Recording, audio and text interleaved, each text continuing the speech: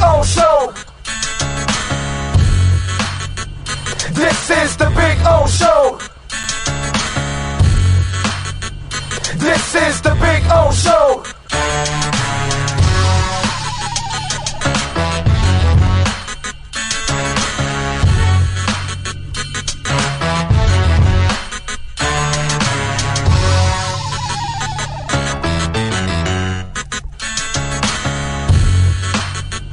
This is the Big O Show. This is the Big O Show.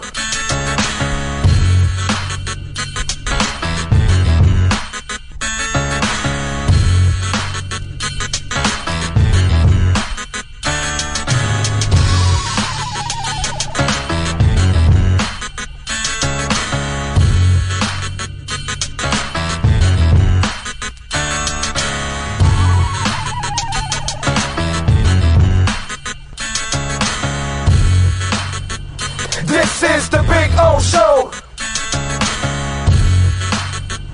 This is the Big O Show. This is the Big O Show. This is...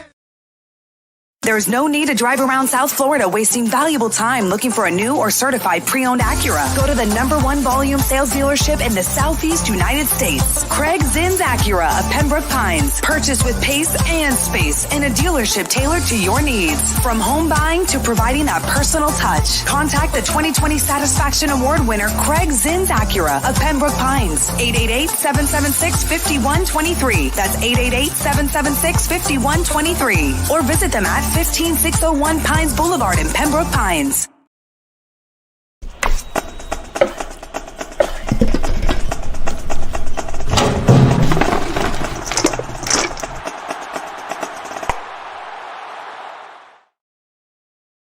Welton Rayom has more than 62 years of litigation experience handling insurance disputes.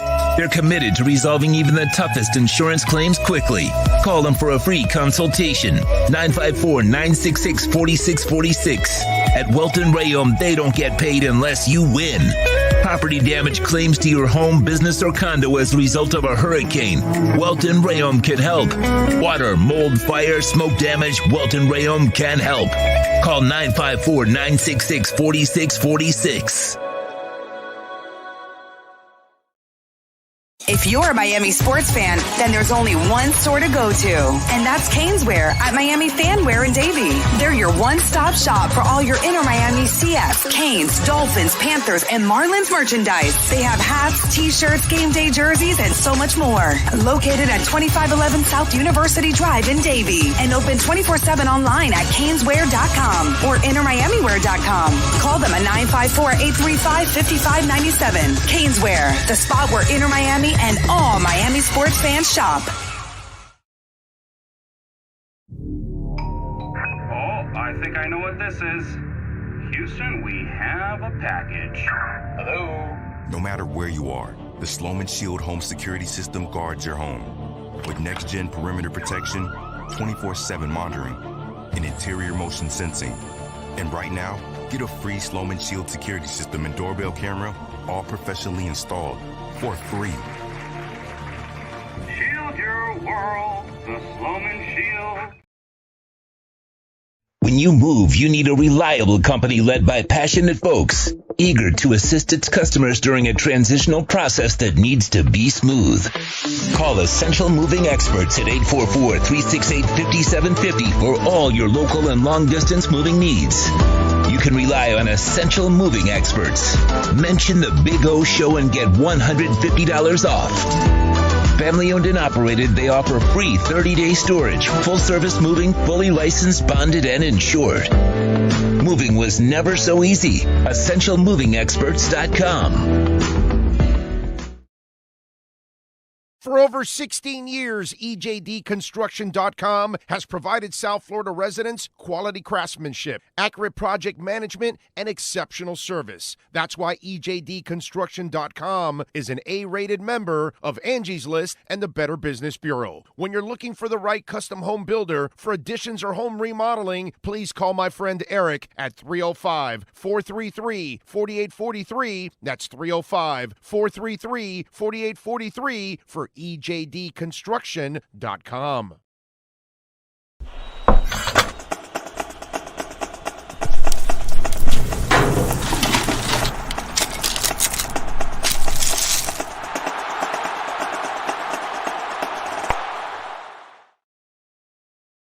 Welcome to Red Light Therapy, a revolutionary technology perfected by NASA to aid in muscle strengthening and recovery. Red and infrared light has the capacity to penetrate deep into the cell's mitochondria, potentially leading to increased energy, faster recovery, and the optimal performance your body demands. Train, fight, recover.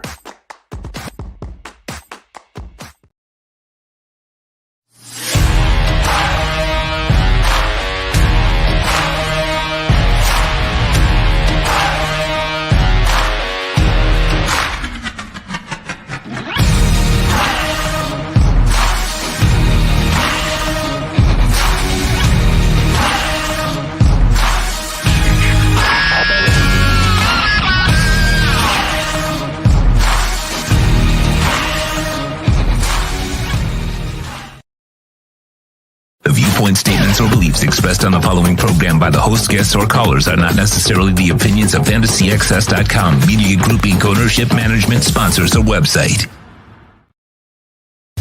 When it comes to South Florida sports teams, very few in the media have witnessed, lived, and covered it like the Big O. Let's start the program dedicated to your favorite South Florida teams with a passion that's unmatched. The Big O Radio Show is on. Here's the Big O.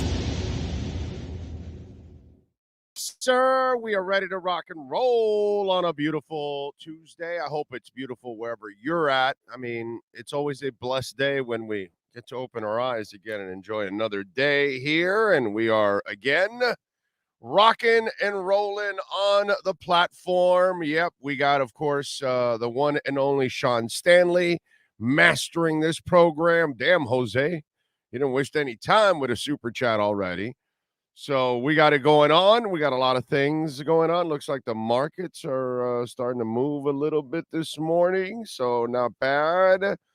Still don't think we're going to get out of this, funk for a little bit, but either way, but it's all right. Jose, thank you. Good morning on the super chat. He says, morning, Big O. We were one red zone catch or one red run play away from sweeping the Bills. We can hang with anyone in the league, and I'm not going to say we can't win it all this year. Go Fins. I like it. I like it. Thank you, sir. I like the positivity, in the morning. I like it a lot. It's a beautiful thing. I see, let's see who's Jamie is first out in San Jose. Steve Chapman is in.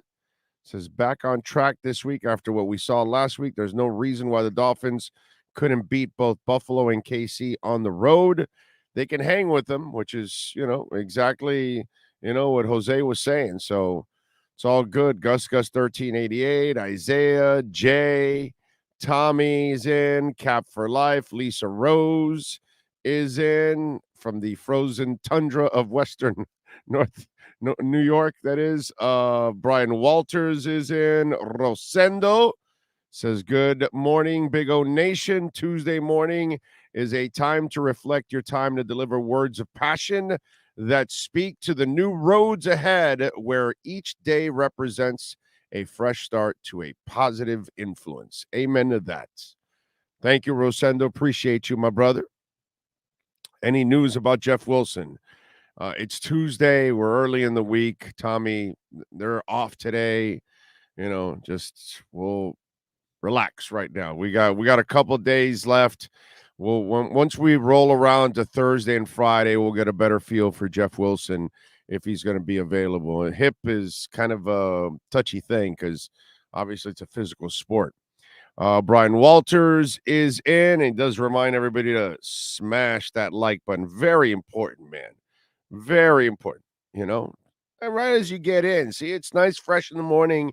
Hit that like button right there, man. Get them algorithms going, sending it out to other folks out there. I see Alexis is there, Knight, Cap for Life.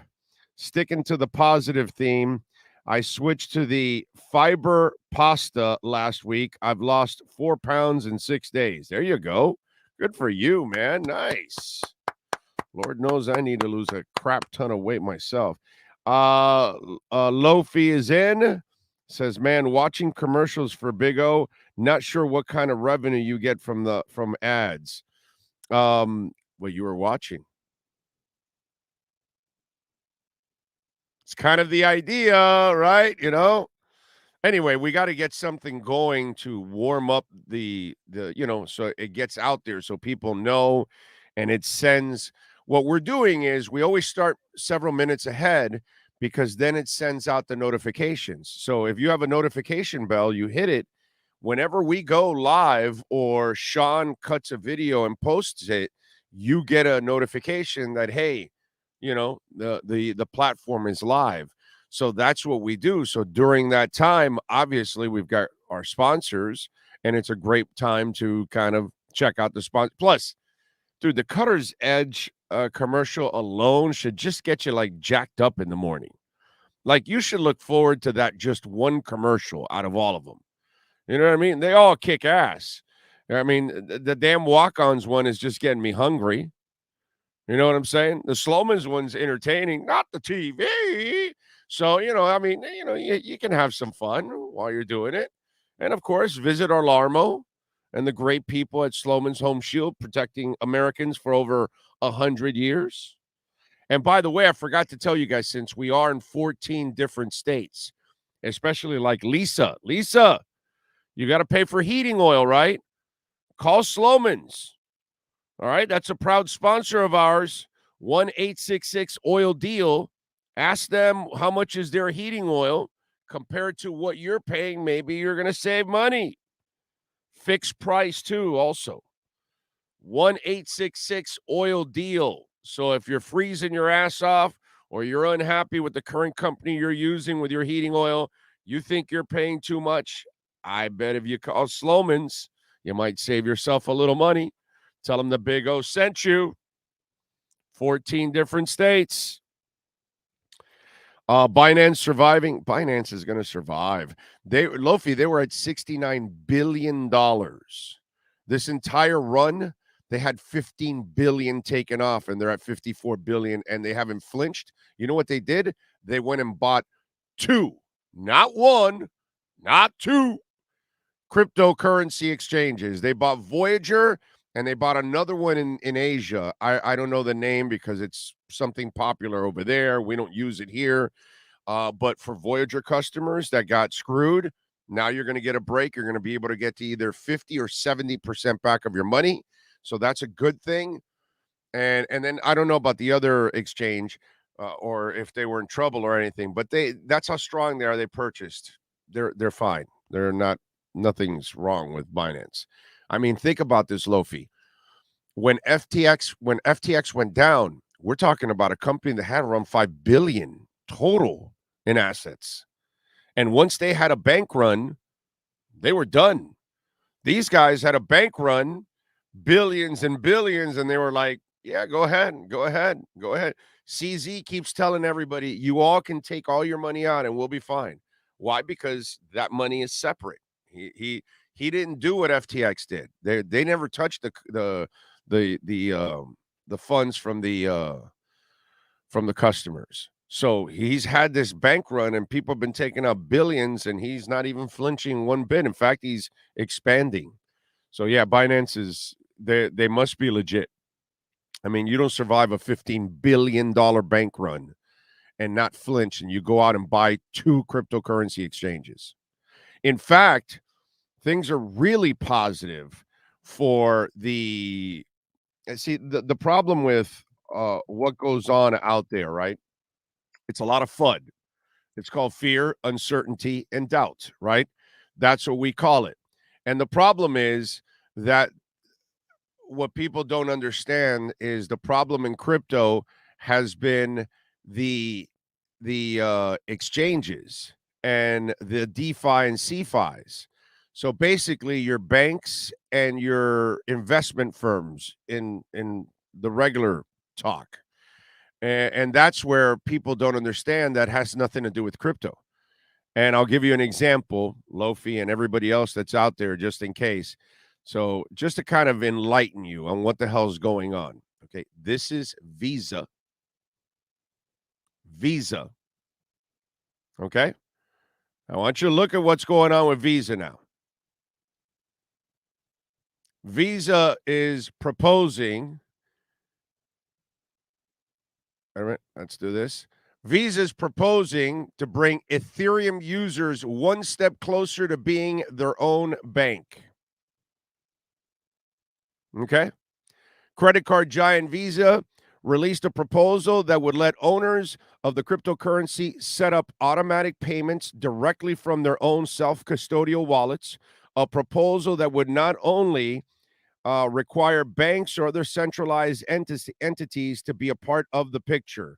While the service is far from groundbreaking to pretty much anyone who has a bank account, the proposal resulting from a internal hackathon hosted by Visa earlier this year would go a long way to making the often obtuse world of crypto more approachable for customers.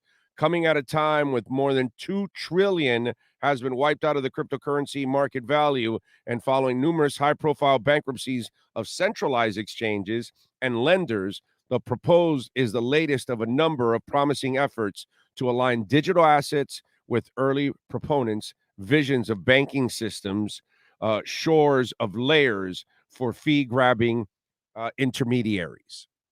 So, in other words, Ethereum users now, and remember I explained to you that the future of the internet is the blockchain.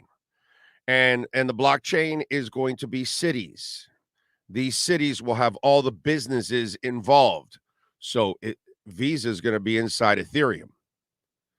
So you're going to have all the businesses inside Ethereum, real estate, mortgage, landscaping, you name it, medicine, whatever. They'll be dealing with all of that. And so they'll be doing all of their business and transactions. You won't notice it because you'll just be on the web and you'll just, make a payment, but you're going to be on the blockchain. That's where everybody's going. Whether you like it or not, that's where we're all going. That's what's going to end up happening. What's happening on the periphery with crypto now is only adding to the confusion because people can't separate what's happened with crypto because it has nothing to do with crypto. It has to do with dirty banks and dirty hedge funds and dirty investment firms and things like that, but in the digital market. And that's what it is. That's where people cannot separate one from the other. I'll give you another here just to kind of show you how this is all developed in the last couple of days, in the last week. Now the Bank of Italy is choosing. Remember, this is Visa going to Ethereum. This is the Bank of Italy choosing Algorand for its blockchain project. So, Bank of Italy has chosen Algorand to serve as its public blockchain platform. The platform, due to roll out early next year, will be the first time a European Union nation uses a blockchain technology for bank and insurance guarantees. Algorand said in a news statement, it's expected that a significant percentage of bank and insurance guarantees will leverage digital ledger technologies as part of Italy's National Recovery and Resilience Plan. I'm a big Algorand guy, by the way. So, whatever, man. It's all good. You have to understand the business side of it and what is actually going on with the crypto companies, not the crypto exchanges. And this is why we tell you to get a cold storage wallet, because you don't need crypto exchanges. You don't need to put your coins on a DeFi platform. Why? They're not regulated yet. So you just put it on your cold storage wallet and you never have an issue. You would have never had it. You would have never lost any money. You don't have to count on a guy that can't manage his hair. You know what I mean? So it's all good, man. It's, that's how this whole thing is. Oh my God, you'll never flying a plane. Oh yeah. Oh, you're going to the moon. Oh yeah. No, the internet. Oh yeah, that's a farce. That is not real. We heard all of that for everything. That's just the way it is. People are always in the denial stages until until they figure out, like, oh shit, yeah, this is going to be part of my life. And all of you will be on the blockchain. Every one of you will be buying, paying something, doing something on the blockchain, because that's the internet. That's the future. But whatever. It's all good. It's all good. I don't have to believe me. I'm not a financial advisor. I'm just a guy that loves crypto. So, just do your own homework. Try to decipher what really is going on. Because remember, the people in our government are incredibly stupid. They have no idea either what's going on. They can't even manage our own money with our own dollar. Remember how that guy called yesterday? Oh, no, invest in gold. He never really invests. He just heard some other idiot say that. And then when I show him the graph that gold hasn't moved in 10 years, how's that investment in gold working for you? It's just stupid, man. Too many people just don't do their homework. That's the problem. They don't really actually read and really find out what the hell is going on. And that's why they kind of end up in this predicament. And then they repeat the same stupid shit that other people do because they don't bother to actually go do their own homework to find out what really is going on. So, but there you go. There you have it. There you have it. So just a little crypto minute for you there. Lofi and everybody else that's might have been interested in all of that. Yes, that is great news for crypto owners. Definitely. I personally am not stopping to buy Bitcoin and Ethereum. I'm going to keep buying it, and if it wants to dip even more, please dip more, man. I have no problem with that. None whatsoever. Hey, I'm about to buy some Red Recover pads for my parents for Christmas. Do you have a discount code? You don't need one. You can use Big O, but right now it's 30% through the end of the year. So just in case, go to redrecover.com. If you're going to buy any of these pads, man, and they're affordable as hell as it is, but now with the 30% off, that's a joke. So if I'm you, go to right now. I don't even think you need my code Big O. I think it's automatically 30% off. Remember, they have also contact us, so you can ask a question. Ed and company will answer right away. So if you have any questions, but if you want a pad for any part of your body, they have it. If you stand on your feet all day, or somebody that you love stands on their feet all day, I got it for my wife, and she comes home and she uses it every day for 15 minutes, man. And it's a blessing for her. It makes her life a little better, every day. So doesn't matter what it is, ankles, shoulders, neck, back, you name it. Go to redrecover.com. You can check out the video blogs there, but 30% right now for the pads through the end of the year. So please take advantage of it right now. He has not had a discount like this since they started. It was all 10% with our code. Now everybody's available right now to get 30% during the holidays. And I think it's a really cool thing. Kevin Beal says, Big O, did you see the viral video of Willie McGinnis and his friends absolutely beating the crap out of a guy in a restaurant? Willie was smashing a bottle over his head. I was like 8 versus 1, dude. Is fit. I know. We're gonna play that video for you guys because it's pretty disgusting, man. Pretty sad that you would treat somebody like that. Whatever, because I know that I saw the video and we'll play it for you. The guy sitting at the table and then they just walk up and the guy says one word to him. I don't know what happened. Immediately they just beat the living. It's like 8 of them. I always love, all these guys that Yeah, they have guns, or they're like 5 against 1. They're all really tough with a gun. They're all really tough when it's 5 against 1.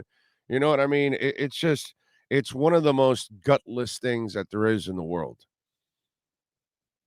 Willie, I got to tell you something. Considering who he is, the size of that man, does he really have to even join in or beat up the guy? Like, like Willie McGinnis deserves to go to jail for a couple of years just for the hell of it. Not that the crime really deserves that, but just for being like a first-class scumbag, because that's what it looks like. Like, you had no business having to join in and become another dirtbag like the rest of them. You're supposed to rise above it and say, "Hey, man, whatever. Let's push him out of here, but we don't need to beat him up. We're better than that." It's 6 or 7 of you against one guy. I just, pretty sad, dude. Pretty sad. Lofi says Algo and Maddox solid layer 2s. Hell yeah. Hell yeah. Let's see. Rosendo says, as claimed by Digital Coin Price, Algo's average cost in the cryptocurrency market could be 2.2 by the end of 2021 and 4.36 by 2020, $4.36 by 2025. Could be. I don't know. But I know it's going to go up like crazy. Algorand is one of those that I have a lot of belief in. The amount of companies that they're partnered with. I don't stop collecting Algorand, so that's just one of those that I love.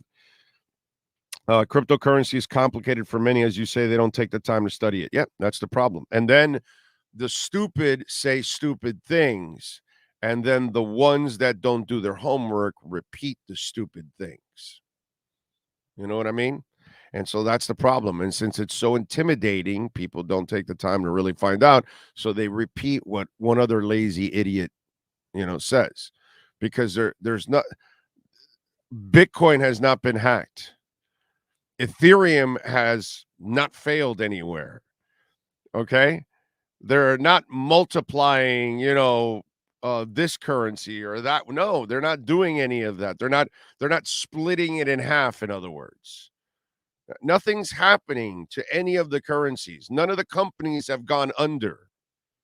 That's the part that people don't understand, right? Remember how I enlightened most of you out, everybody. I enlightened the freaking world yesterday when I told you only one quarterback in the history of time it's been so stupid that can he play in the rain? Can he play in the cold?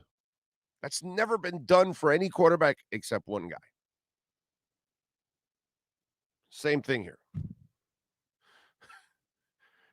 Just, yeah. Man, it's just, it's crazy, man. It's crazy. So people will repeat it, but nobody says this, right? That, the obvious. Nobody ever measures quarterbacks this way. That's stupid. Everybody throws in the rain, in the snow, whatever. You have good games, you have bad games because it just happened in the cold or rain, whatever. Okay, so now let's go to crypto. What's been happening? It's the DeFis, it's the CFIs, it's the cryptocurrency exchanges, the people that are selling and buying, where you're buying and selling your cryptocurrency. Those are all the people that are dirty. Nothing's wrong with Ethereum. It's growing. Nothing's wrong with Polygon. It's growing. You haven't heard that Cardano failed. You haven't heard anything that Avalanche is no longer existing. Not one issue with one currency company at all. Not one. But the idiots can't separate the two, and then the morons follow the idiots. And because less than 5% of the world is involved in crypto, 95% of the world has no idea about this new technology. And they're incredibly intimidated. But they're so intimidated that they don't take the time to decipher what's going on. Nothing's wrong with Illuvium. Nothing is wrong with Gala. Nothing is wrong with any of these companies. They're marching on. They're growing in a bear market, but nobody talks about that. You talk about FTX, and you talk about Voyager, and you talk about Celsius, and you talk about Luna. That's what you're talking about. You're talking about DeFi exchanges. You're talking about cryptocurrency exchanges. You're talking about banks and investment firms to translate what you're talking about. That's what's having the issues, not, what's it called? Microsoft, not Amazon, not, like the great companies. Yeah, the markets are down now, and so are they, but Amazon's not going anywhere. The stock is fine. So is Ethereum. Okay? Apple's not going anywhere. The stock is down. So is Bitcoin, but it's not going anywhere. Decipher what's going on. Use your intelligence. That's what I try to explain to people. What the problem is with Bank of America in crypto. What's wrong is the Enron of crypto, but not crypto. You don't hear anything wrong with any of the companies. None of the major crypto companies are going down. None of them have had any issues. None of them have filed for bankruptcy. None of them have screwed their people or anything. None of them.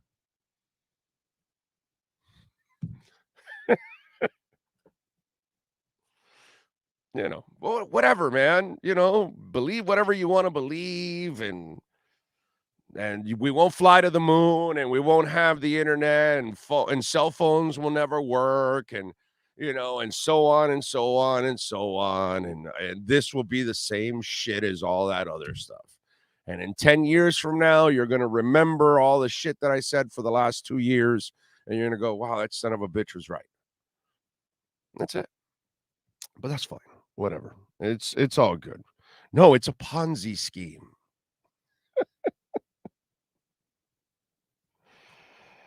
Oh, Lordy. But that's all right. We have a lot of people that are lazy in this country. And that just, kind of continues. It is what it is. Remember, invest in gold. That moves a lot. Just keep repeating that. Just have everybody else repeat that. Invest in gold. But don't do your homework. Don't actually go look up what gold has done for 10 plus years. No, just repeat it. That's all, because, that makes a lot of sense. True Fin fan, thank you, my brother. Good morning. In the hospital and still listening. Damn, bro. I hope you get the hell out of that hospital and feel better, man. Lofi says, start investing in layer one. That's what everything is built on. Ethereum seems to be a huge favorite. Others will survive. Only one will be Google big. Exactly. And Ethereum will be Google big. Cardano, I think, is also going to be a monster. I believe Charles Hotchkiss is doing things the right way. It's very deliberate, but everything has grown. Every single month, every single year, Cardano continues to make improvements and growing. And now with smart contracts and DeFi, after what's the name of that fork that they did about a half a year back, that has now you're seeing the difference of that, and it's starting to grow. And so it's impressive. It's impressive. It's listen, we'll find out down the line. That's all. Pretty simple. Internet of value, baby. After all the money, iOS 2022, Web3, fourth industrial revolution. Well, you understand. Web3 is going to be everything, man. And in this next bull run, I believe gaming and all those kind of things, the metaverse and all, that's what's going to absolutely explode. And the layer ones that are heavily involved in that are going to benefit from that. Like Polygon is one that's a layer two that's going to absolutely explode. What's Kevin Beal says, what's more frustrating, Big O, our 4th-round rookie receiver, Zukama, is not getting any snaps, or Channing Tindall. So what, bro? So what, Kevin? That happens, dude. Who was X's first year? What was Christian? I would hear that Christian Wilkins was a disappointing pick the first couple of years. You remember that? Pat Surtain did nothing his first year. Paul Soliai was useless for 2 years. I mean, I could just go on and talk about guys that it takes them time to grow, takes them time to become the guy. So get used to it, my brother. Every young player doesn't make an immediate transition. A lot of them take time to grow. So don't be sitting there like you're shocked that, this guy's not playing well or not breaking the lineup. You know what I'm saying? That's it. And I don't know if you saw this, and I don't know what to believe anymore with McDaniel, because I'm already now at a point with McDaniel that he won't really tell you the truth a lot of times. He's going to give you company lines. And I'll give you an example. Yesterday, he said that Braylon Sanders played because that week he happened to be practicing that position. Like a couple of weeks back when he played, he happened to be practicing that spot that week, and then there happened to be an injury late in the week that spot. And because he had been practicing in that spot, he played. If he's insinuating that if Ezukama was playing in that spot, he would have played.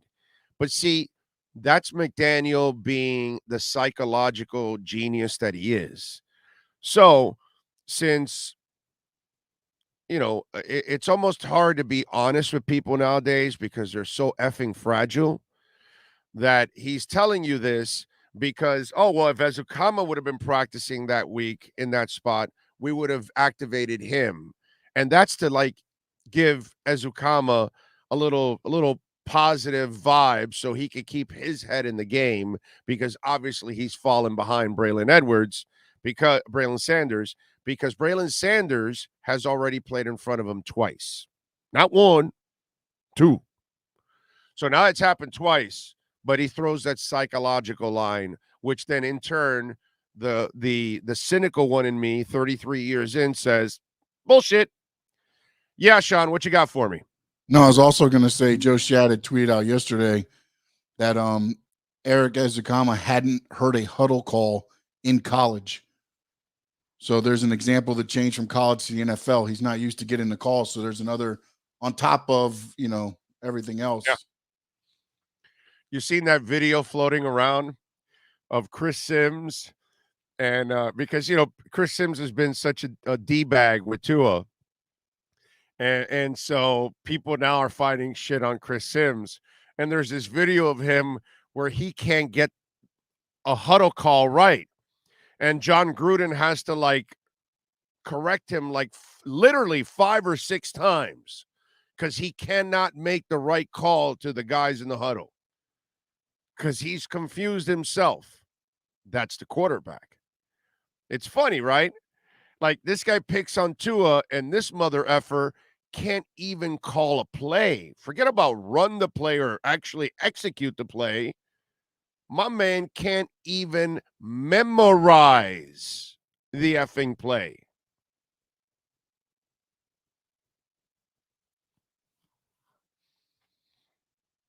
I don't know if we can find that video, but then again, I don't know if we're going to get tagged for it. So what the hell? But if you find it out there, it's freaking hilarious. So Ezukama, to me, the coach was just filling us with bullshit yesterday, like he does a lot of times now, because now I've picked up on his tricks now. He doesn't mean anything bad by it. He's just playing the psychological game with his players. You know what I mean? He's not going to say, well, Eric's a young guy. He's got a lot to learn. He'll adjust. He'll grow. Right now, Braylon is ahead of him. That's what a normal, old school coach would say. Braylon has adapted a little faster. Eric will get it. He's working hard. But right now, he's a little behind. Oh, no, we might hurt their feelings nowadays. Let's be gentle. Let's pussyfoot around this. Okay, Braylon happened to be practicing that position that week, and there was an injured in that position. But Eric Ezekama was practicing another position, and so since we don't want to confuse him or whatever, we felt like, oh, let's run Braylon. Oh, what a coinkydink that this week and 2 months ago, the last time he made an appearance and made a mistake, he also got. So if he made a mistake the first go around, when I give Eric Ezekama the second, oh, I get it, because he's way behind. Not because he wasn't practicing that position. Come on, man. You think I'm born like last week or something? I'm listening to that explanation yesterday, and I'm like, come on, coach. Come on, dude.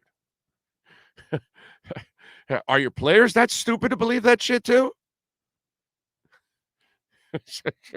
I certainly am not. Okay, but that's fine. Whatever, man.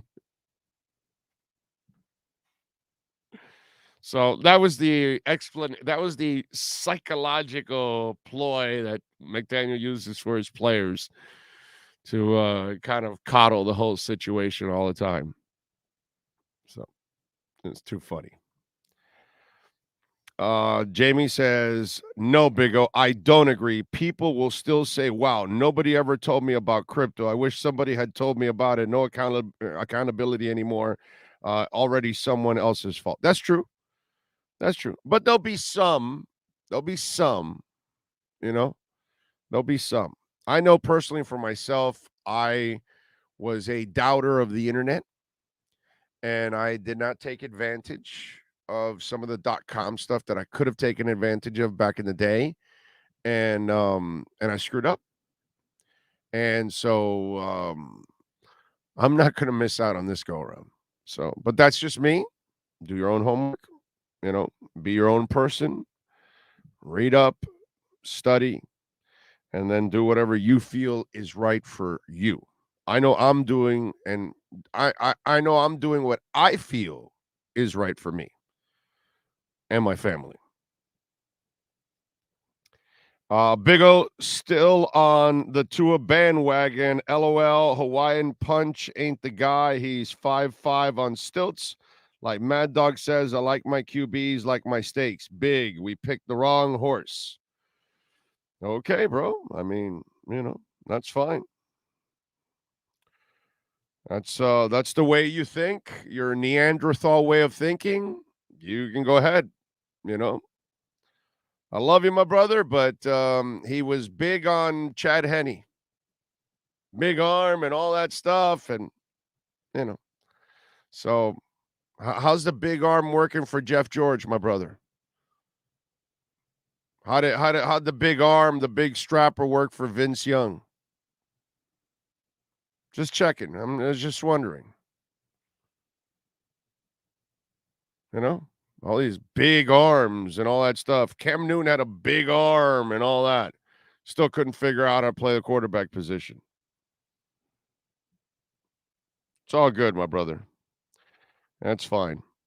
You stay closed in your ways because, Drew Brees was so big and so was Joe Montana. And boy, those guys really, they struggled in this league. Yep. Big. You got to have those big strappers. That's it. That's the answer. Got to have the big arm. That's the answer. Yep. That's it, bro. Love it. Yep, exactly. The size queens. That's it, Adam. You got the size queens everywhere. The Neanderthals that repeat the stuff that, just like that makes no sense because quarterbacks aren't built the same way all over the place. So that's all right. It's I guess also you're like my man Marcel. You're waiting for him to go off script too, right? Because that's also the requirement now. The silliest shit that gets created in all this is just stupid. It really is. It's beyond me how dumb it is. Oh, the line moved, by the way. The Dolphins were favored by 4.5. Now they're favored by 5.5. The early line was 4.5. Now it's 5.5. The over and under has not changed. It's still 46.5. Packers are plus 200. Miami is minus 240 on the money line. So let's get into a little good news for the Dolphins. Tua leads all players in Pro Bowl voting. And now the fan vote counts for 1/3. Of course, you all know that. And coaches and players get the other 2/3. So that'll be the combination. But Tua, number one in votes, 306,861. So fans did vote. I voted myself for Tua. Tyreek, by the way, was number two at 293,679. Now, here's what I also want to say about this. The part that the haters or the people that aren't Dolphin fans or maybe just a general fan will overlook it. The Miami Dolphin organization has been way down for a quarter century. You've got an entire generation that knows nothing about good football being played by the Miami Dolphins. An entire generation. They have no idea what it's like to have a good team. They don't know what it looks like. They've seen a couple of these teams go to the playoffs, but those teams were Mickey Mouse, and they weren't really going to do anything anywhere. They were just – there's too many teams that go to the playoffs as it is. The ones on the back end really are, they're usually not teams that are going to get much anywhere in the playoffs. But overall, what it shows, and this is what I've explained to people for many, many, many, many years now, and they want to argue with me on this, the Dolphins have a great fan base. And I have a different point of view than most, actually. Why? Because I've been lucky in the position that I've been in for 30 years. I'm in a different position than the average fan. I'm maybe also in a different position than the average national media member. Because I'm a Dolphins, reporter, been a writer too, but insider, broadcaster, whatever, and been doing South Florida sports for 30 years, I've been able to connect with those fans locally, statewide, nationwide, internationally, all of that. And I get that sense from that fan base. And as I tell you guys all the time, we got Dolphin bars all over the world, bro. So kiss my ass. Not every team can say that. Not every team has bars all over the world. Bars in towns like up in Buffalo, that you can find a Dolphin bar there. And you can find Dolphin bars all over the place. The Dolphin Nation travels really well, considering they do nothing. They accomplish nothing. I see fans all the time that are traveling. Our fan base is a great fan base. And the second that we finally have some success, some legitimate, what I believe is legitimate success, okay, look how they respond. Go to Mexico, go to England, you can go to all kinds of parts in the world, and you're going to see Dolphin fans all over the place. I get it, man. They've sucked for 25 years. I get it. They haven't given our fan base a lot of things to cheer about, a lot of things to believe. I think you're getting more of the fan base right now because I think more than ever, they feel like they have a team. They got a coach. I like McDaniel, even though he's kind of screwed up the last 2 weeks, but I love what he's about.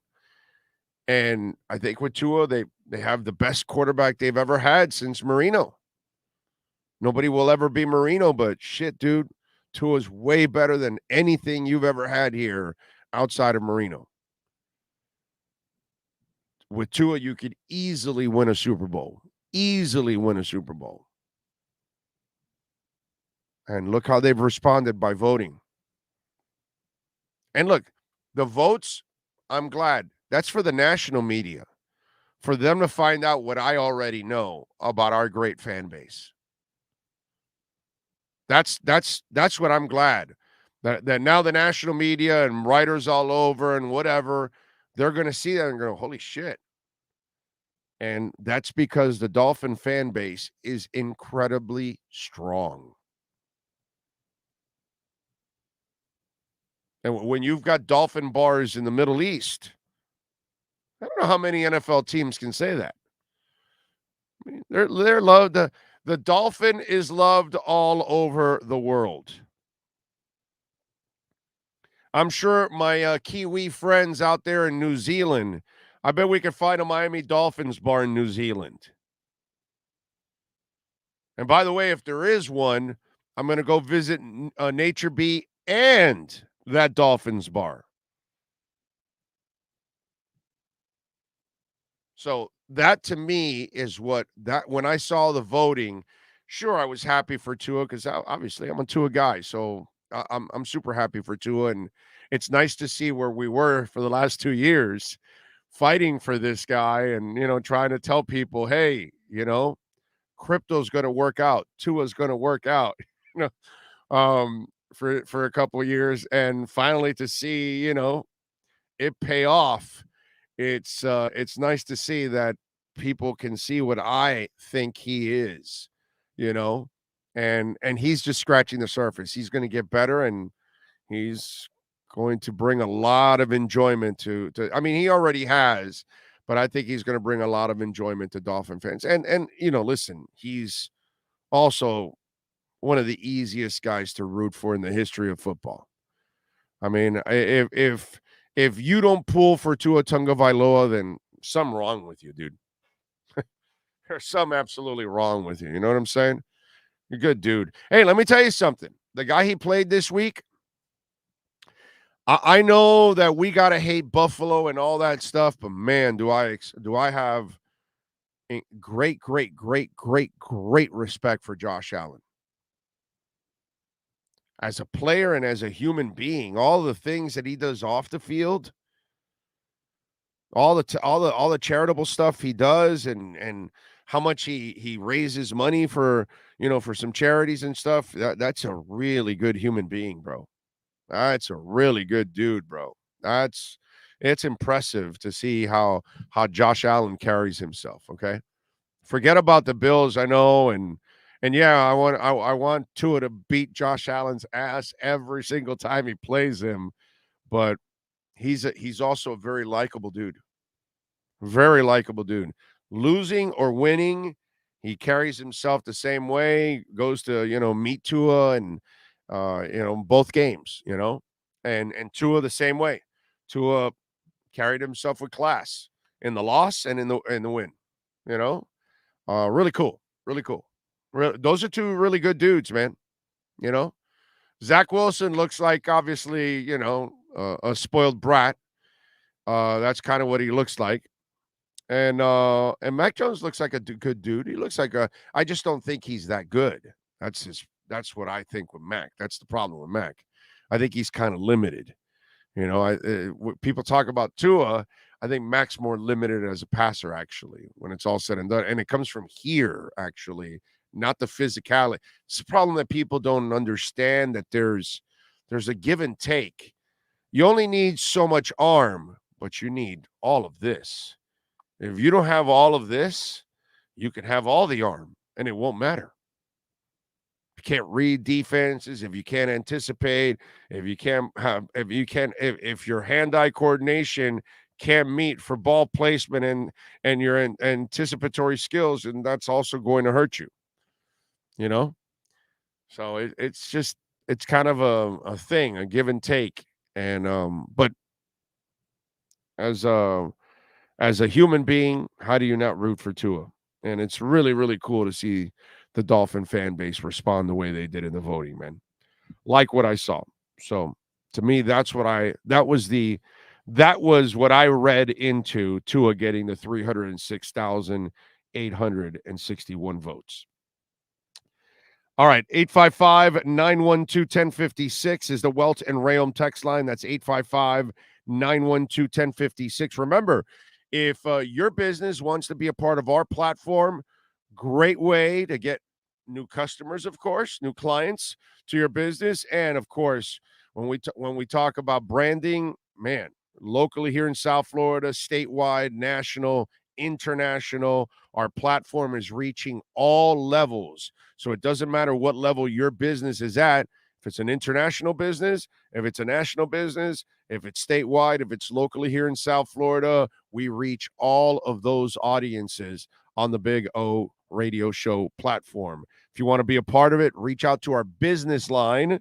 It's not a sports line, ladies and gentlemen, a business line, 786-754-4664. That's 786-754-4664. If you want to reach out to our business line and be a part of our family.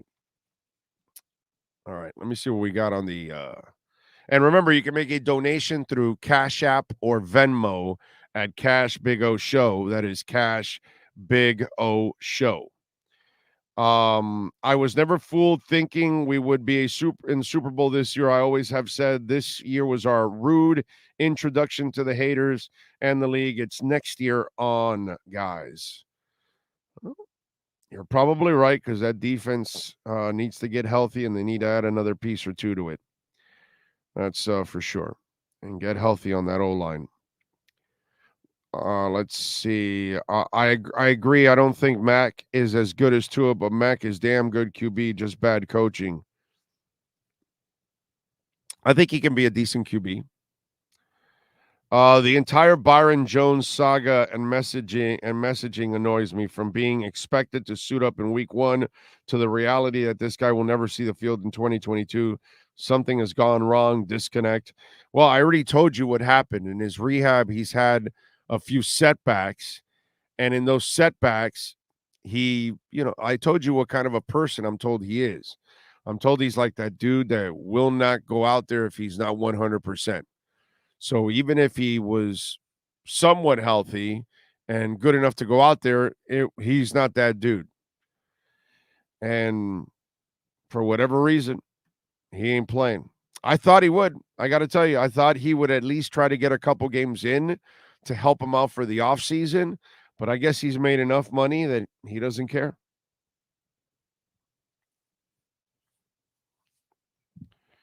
Look at the QBs with most Super Bowl appearances. Most are big arm QBs than not. What is it? Most Super Bowl appearances, more are big arm QBs than not. Yeah, well, Peyton is not really a big arm QB. Breeze is not really a big arm QB. Brady has a solid arm, it's not really a gun, actually. To be honest with you, it's not really a gun. But okay, it's pretty big gun, pretty big arm. I wouldn't call it like Herbert has a much better arm than Brady. Jeff George has a much better arm than Brady. Like, those are big arms. Like, Josh Allen has a much bigger arm than Brady. You know what I'm saying? So, yeah, I mean, now that I'm thinking about it, Matt Stafford always had a big arm. I can tell you that. And he won it last year. And Joe Burrow's got a big arm.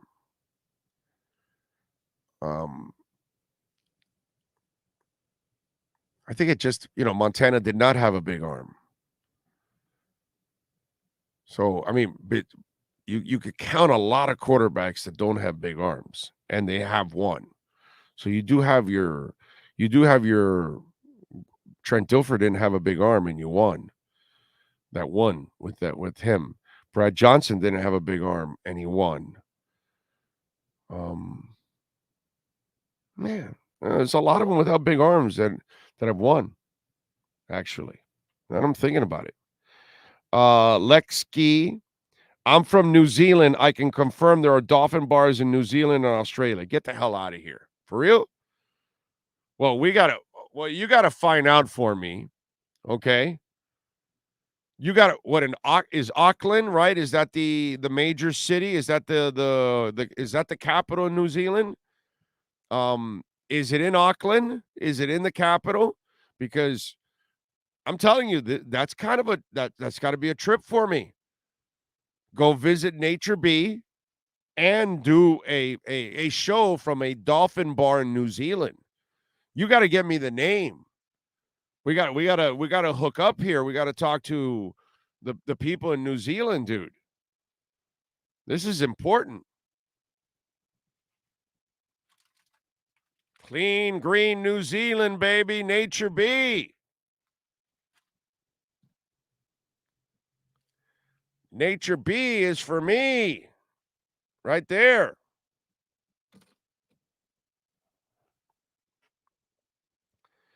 Big O, I feel bad for Jalen Hurts. He's hurt. I have a spare left shoulder. I was in a sling for 6 weeks. Apparently he's not, at least it's not serious. So it's just a sprained shoulder. Listen, I was talking about this on Twitter yesterday when we saw this. You better learn to win from the pocket in the NFL. It's great to have the access to run. It's great to be Josh Allen and be able to run, but I got to tell you something. You only have so many runs in you. Eventually, there's going to be a busted knee, a busted shoulder. There's going to be some serious damage that's going to come from it. And you're going to pay the price. You must learn to beat people from the pocket. The running game should be a complementary thing. It should not be part of your arsenal and the reason why you're moving the offense on a consistent basis. If that's the case, then you're playing with fire and eventually you will get burned. And I don't care who you are. It's going to catch up to you if you rely on the running game to survive. You need to rely on the running game as a last-ditch effort. What they do with Josh Allen, quite frankly, is catastrophically stupid. Okay? And what Josh Allen wants to do also is catastrophically stupid. But you're young, you're big, you're strong, you feel you're invincible. So does Cam Newton. And eventually they break you in half, even if you're Cam Newton. Josh Allen is going to learn the hard way. He's going to end up with several more concussions along the way. He unfortunately will end up with some kind of damaged ligament. I'm not wishing it on him, but it's the inevitable for Lamar Jackson, for Josh Allen, for Justin Fields, for Jalen Hurts. If you want to play that way, you're going to pay the price. You better learn to play the game the way Russell Wilson played the game, because obviously Russell now, he's got years on him and he's gone downhill a little bit here. But my God, Russell, so smart, because Russell did everything to beat you from the pocket. He used his legs to buy time to beat you from the edges while throwing the ball, but he only ran because it was the last resort, just to keep the drive alive, not because it was part of the game plan. It was part of the play call. It was one of your options that if your first read wasn't there, take off and run. Not sit in the pocket and go through second, third, and fourth progressions and scramble to find or buy time for another person to get open. No, run. Bad choice. They will catch up to all of you. RG3 got caught by Haloti Ngata. That's a race that you and I would never gamble on. Why? Because RG3 would be favored minus $87 million against the number there. You'd have to bet $87 million just to win $100. You would never, ever think that Haloti Ngata would catch him. And yet he did. He was kind of injured already at that time, but, that was Shanahan serving him up, sacrificing his ass so he can get Kirk Cousins in there. But anyway, as I digress, you better win from the pocket. You better run only when you need it. And all these guys that I watch, look, Lamar Jackson has to run because he'll never be able to beat you from the pocket. So far, Justin Fields, I don't think, has that ability to beat you from the pocket. He can make plays because he's an athlete, but no. Jalen Hurts is getting better. I'll give him credit there. He and Josh Allen, Josh obviously has made incredible strides. Still not perfect. Josh still is inaccurate. You know, he still has his moments, but God, he's such a monster that you can overcome a little bit of the deficiencies. You know what I'm saying?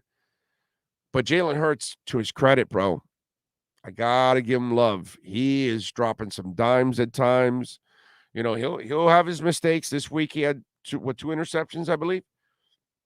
He'll make mistakes. He's still a young passer, but I am really encouraged by the progress of Jalen Hurts. Forget about Lamar Jackson. He's cooked. He's done. He is what he is, and that's the only way he can play the game. And whatever, if that's the way the Ravens want to go, then you'll live and die with that. And could you win a Super Bowl? Sure. But your defense or your running game is going to have to be so dominant that, yeah, maybe you could do it that way, but he's not going to beat you with his arm.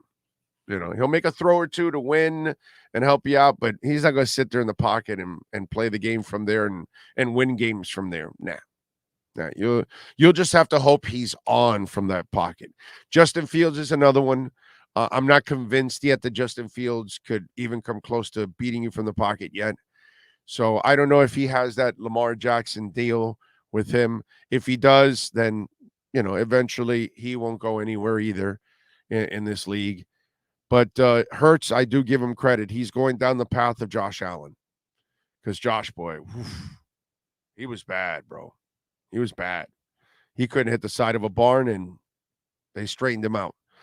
So if it could happen with Josh Allen, why can't it happen with Jalen Hurts? But I'll give Jalen the credit. Jalen is the one guy out of these running quarterbacks now that is trending in that Josh Allen direction. We'll see what happens, but he better learn to win from the pocket. And that shoulder injury is a nice reminder of learn to win from the pocket. You know, I'll give Lamar credit. He tried this year. He sucked, but he tried. But he continued to suck. But, you know, what are you going to do? That's what it is. It's a deficiency of his. He can't overcome it. It's not who he is.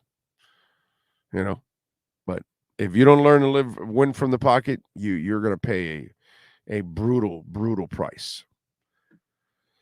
All right, 855-912-1056 on the Welt and Rayom text line. That's 855-912-1056 on the Welt and Rayom text line. You can also reach out to us on Twitter. That's at Big O Show. Follow us there as always, because that, my friends, is a 24-hour talk show. What the hell is going on? Let me check a little Bitcoin action here. What we got? It's over 17,000. Okay. All right. Just barely. We'll take it.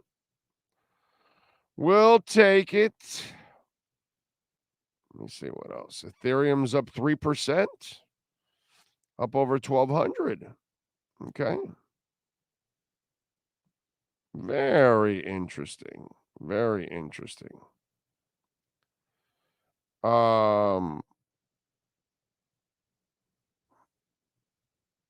Let's see. What else do we have going on in the world of sports? What we got here?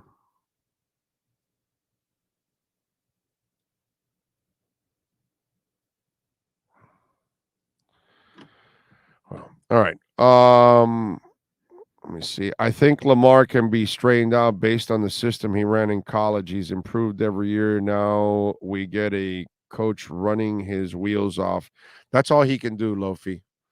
You and I disagree on that. He's already been in the league 5 years, man. You know, Josh Allen really improved in passing. I'm watching Jalen Hurts, and they're in a shorter amount of time in the league than he has been. So I completely disagree with you on Lamar. I have no hope for Lamar anymore to become a real passer from the pocket. None whatsoever. It's too late at this point for him to learn. And if as I said earlier this year, this was going to become a blessing in disguise for the Ravens that he was stupid enough not to get an agent. He should have been signed to a contract 2 years ago.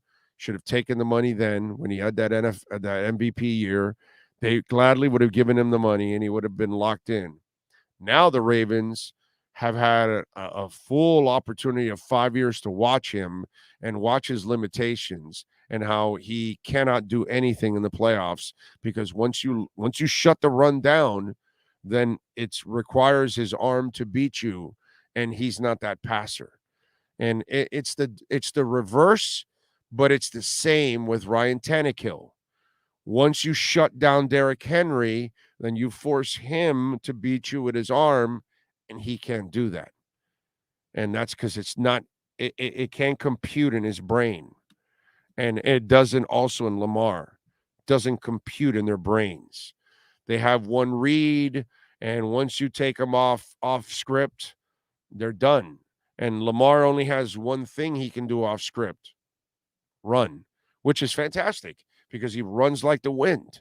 So luckily, he has Warwick Dunn's super qualities to his running game, because he's better than Warwick Dunn. and so he can get away with that, but eventually that's going to catch up to you, because you're not going to fool defenses all game long like that. And eventually they're going to get the shots, and the shots are building on him. Notice how he is getting more and more injured as his career goes on. So you and I are going to disagree on it. Lamar is the easiest kid to root for because you can tell he's a fantastic young man. But I compartmentalize everything and I separate everything and I call things like I see them. As much as I love Tua, I'll tell you, he played like shit for 2 weeks. Sorry. Not going to defend it. I'm not going to make excuses for it. And as much as I like Lamar Jackson, the human being, the person, he's fantastic. He's got great leadership qualities too to him. He ain't shit as a passer, man. Sorry. Yeah, he's an athlete and he'll wow you like all athletes do. But he can't quarterback you. He can't. He can't be a passer from back there. I'm done with him. I've been done with him for a while as a passer. With Jalen Hurts, I'm watching progress. So I can see what I never saw from Lamar. The problem with Lamar, everything gets clouded because of his running skills. And that's why all these people, he's dynamic. He's this now. He's so awesome. And it's, really look at the substance of it. All those yards, all those points, what does it produce? It's kind of like the Justin Herbert thing. All those yards, what does it produce? This past week, 2 interceptions, 300 yards. But he got the game-winning drive for the field goal against a bad team at the end. That's it. He's fantastic. Against the Dolphins, he slung it around all over the place for 1 touchdown. And he barely beat a team that was playing like shit that day. Yeah, whatever, man. It's however you want to look at it. And what beauty is in the eye of the beholder, right? So when I got to see substance coming from those wins, from the yards, from the points, it's not a lot of substance from that stuff. As long as this organization is run by Stephen Ross and Greer, we are an average team, 8 or 9 wins a year, boys. Trade Tua and load up on picks. They won 9 and 10 the last 2 years.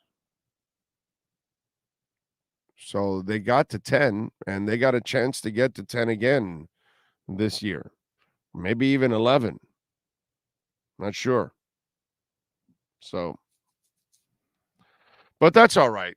You know, we've got a lot of people that don't get it. And bye Bosworth is, I mean, you know, he's using his name with Bosworth.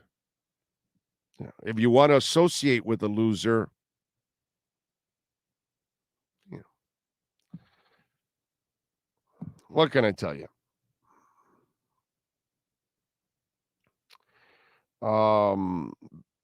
Big O, has Tua reached his peak yet? What's his ceiling? I think he still can be a little better, and he'll be a franchise quarterback. That's it. I don't think there's anything better than that than being a franchise quarterback. So I think he still has a little bit of room to grow, like anybody, but easily a franchise quarterback. Oh, it's so cool that you and Sean have brought the show to Reddit. I joined your page and look forward to what you do there. Well, last night we were on Reddit, and we were on all night just for the hell of it, answering your questions. We're going to do more chats over there on Reddit, and we want to grow that platform over there. It's a good way for us to reach out to people that are on Reddit, because not everybody's on Twitter, not everybody's on Instagram, not everybody's on Facebook. So Reddit is one of those things that has become very popular. So you can follow us on our community at Reddit, r-big O radio show. Okay, so r-big O radio show. That is our community on Reddit. So come on out and join us. We're going to have more chats over there. You'll be able to. So if you are a Reddit person, make sure you follow us there now, because we're going to be doing more things over on Reddit. Who knows? Maybe we can have a, you know what, during Dolphin games, maybe I can have the Reddit chat board going. How about that? Should I have the Reddit? Maybe I should have the Reddit chat board going during the show. I think that might be a good idea, actually. You know that? That might be one that we could do too. Maybe not during the show, but during games. Yeah, during games might be something, because during the show I got enough shit going on with Twitter, with the Welton Rayom text line, with this, and super chats and all that stuff. So yeah, no, let's not complicate the show. But during games, I think we will do more of that. You know? Let's see, what else do we have going on?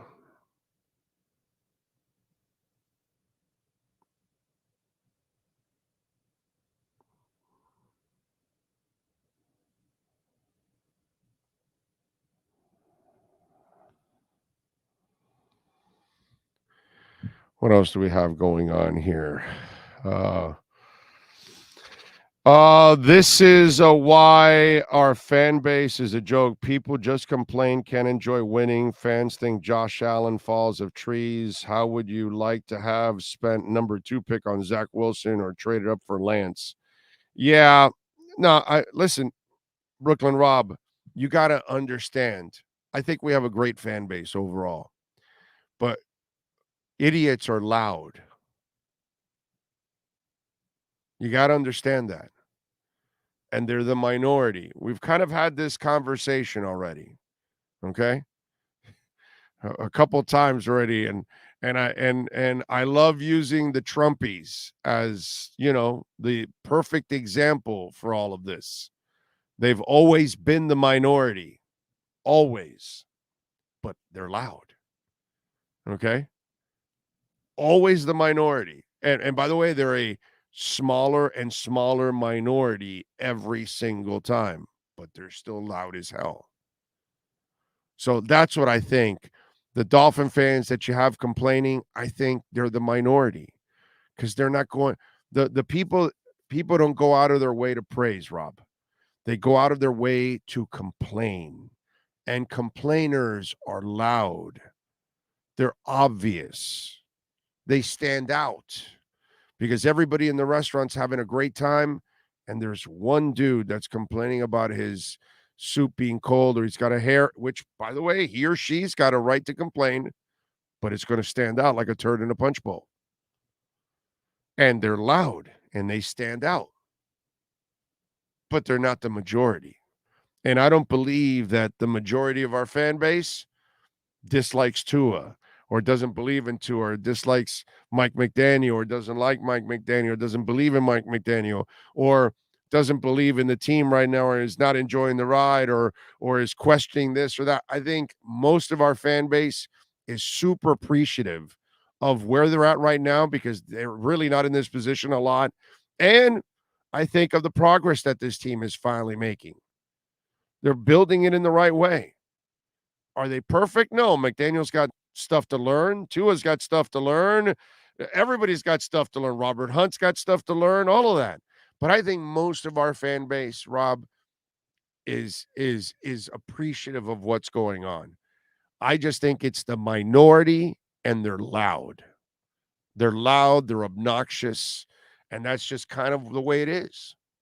They want to be heard, because complaints are, you don't have people going out of the way to emphasize how happy they are, but they'll tell you how pissed they are. They love to do that shit. Well, that's their favorite. Let me tell you how pissed off I am, how discouraged I am. That's the easy thing to do.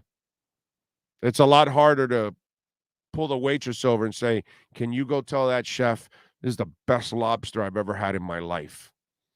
We never do that. But we'll tell them how shitty it was, how undercooked it was, how the sauce sucked, how the service sucked. We'll tell them that. So I think most of our fans, Brooklyn Rob, are good fans, and they're appreciating what's going on. Big O, you saw Jim Kelly play. Was he better than Josh Allen? Yes, as a quarterback. As a leader, they're both the same. They're both great leaders. I think Josh Allen is an excellent leader. I think they're both great people. Josh Allen is the better athlete, okay, because he's more of a freak. But Jim Kelly could run, dude. Jim Kelly was recruited as a linebacker to Penn State. And so tough also. As you can see, as he's fought cancer. Tough son of a bitch. Jim Kelly was a monster, bro. Jim Kelly was a great, great quarterback. I don't care if he was playing in the USFL, at UM, taking us to a Peach Bowl, or at the Buffalo Bills. And I know he didn't win one, but I'll still blame the one that they should have won on Scott Norwide. I mean, really, everybody else did their job. It was the stinking kicker that misses and goes wide on it. But Jim Kelly was, God, he was awesome. Awesome. I mean, and that Bills team was awesome. It's funny how idiots say, well, Tua needs help, this, that. Well, what do you think Jim Kelly had? Anybody see the defense that Jim Kelly had? Anybody see the offensive weapons that Jim Kelly had? Jesus Christ. That's, it's just hilarious how, again, the way Tua is measured compared to everybody else. That's why I told you yesterday that stupid shit about the cold weather and all that. That's never been done with any quarterback in the history of time. When I told Poupart that, did you see his face? Did you notice it? Did you look at it? You know why? Nobody's thought of that. Nobody's brought it up until I brought it up, because nobody's thought about that. Because everybody thinks like the way you're talking about Tua, we talk about every other quarterback that way, and we've never done that. It's ridiculous. Devin Jordan, thank you. Big O, I was listening to the McDaniel press conference yesterday. I never heard a reporter challenge him about play calling on 3rd and short. Yeah, he kind of it was kind of it wasn't really they didn't press him. Yes. Yeah, he was impressed at all. You're right about that. You're right. Brooklyn Rob, thanks for the clarification. No, did not mean the whole fan base. Just hate when so-called fans hate on that. But that's they live for that, dude. They live for that. There are some people that they're not just doing it with the Dolphins. They're going and do it with their wife, and they're doing it with their coworkers, and that's who they are. They just like to be complainers. That's the way it is. Because right now, I think we've got to be appreciative of where we're at right now. And we've got to kind of take a step back and, all right, where are we going? You know what I mean? This is pretty exciting. You got 3 more games. You got a chance to get to 10, 11 wins, get in the playoffs, and man, anything can happen. You know? That's all. If this was Wednesday, then, we'd be doing a little new Mickey Mouse Club. Surprise day. Anything can happen. And it usually does. Anybody caught? Most of you are like, what the hell was that? Just shit that's in my mind, and it's just, rattling in there from decades. The game last Sunday reminded me of the 1990 AFC divisional playoff game in Buffalo. Marino and Finns played courageously and kept it close, but could not overcome. Yeah. Yep. Good morning, Big O from Augusta, West Virginia. Thank you for what you do. And Sean, God bless you both. Fins up. Thank you, sir. Very nice of you. Big O Radio Show Jets coach Robert Saleh makes it official, saying QB Mike White won't be cleared for contact. Zach Wilson gets another start versus the Jags. Ian Rappaport reported. Okay. All right. Did you see Zach Wilson on that short yardage play where he's just diving in there? Diving into the pile? Did you notice that? Wonder if he was wearing protection while penetrating.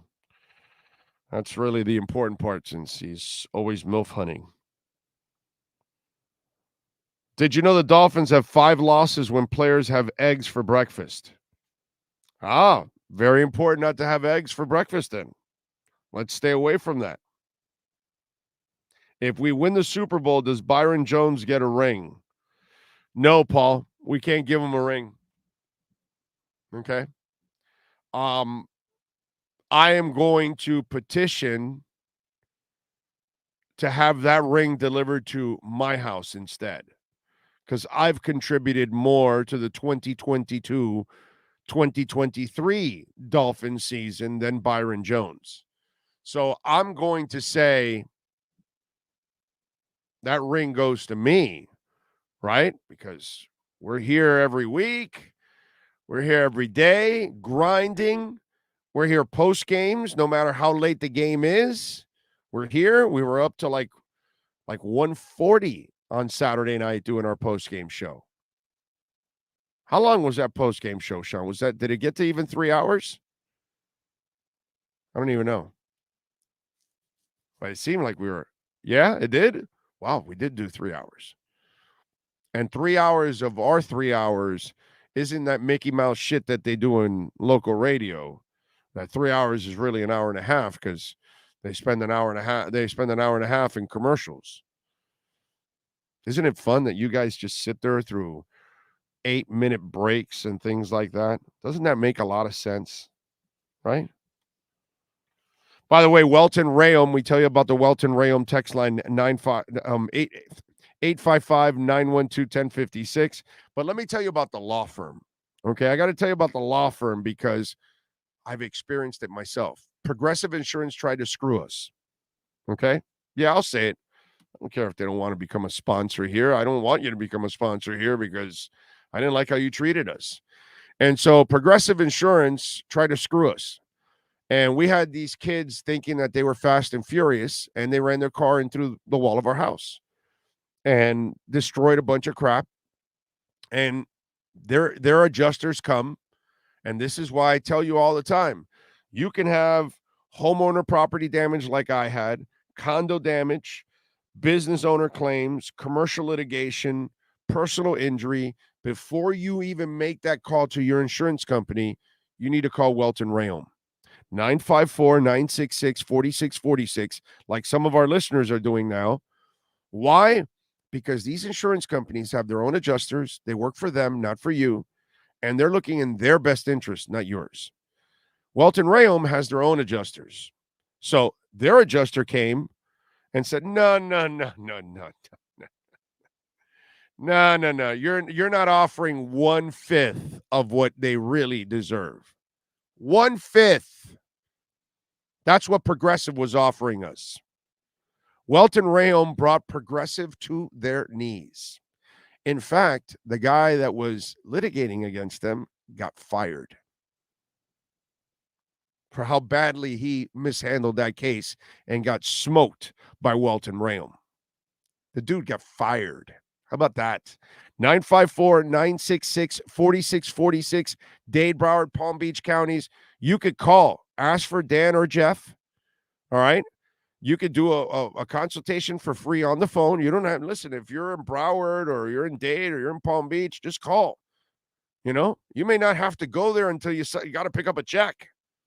That's a really nice drive, by the way, when you got to go pick up that check. I'm telling you.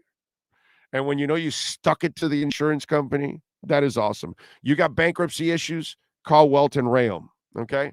Personal injury, Welton Rayom.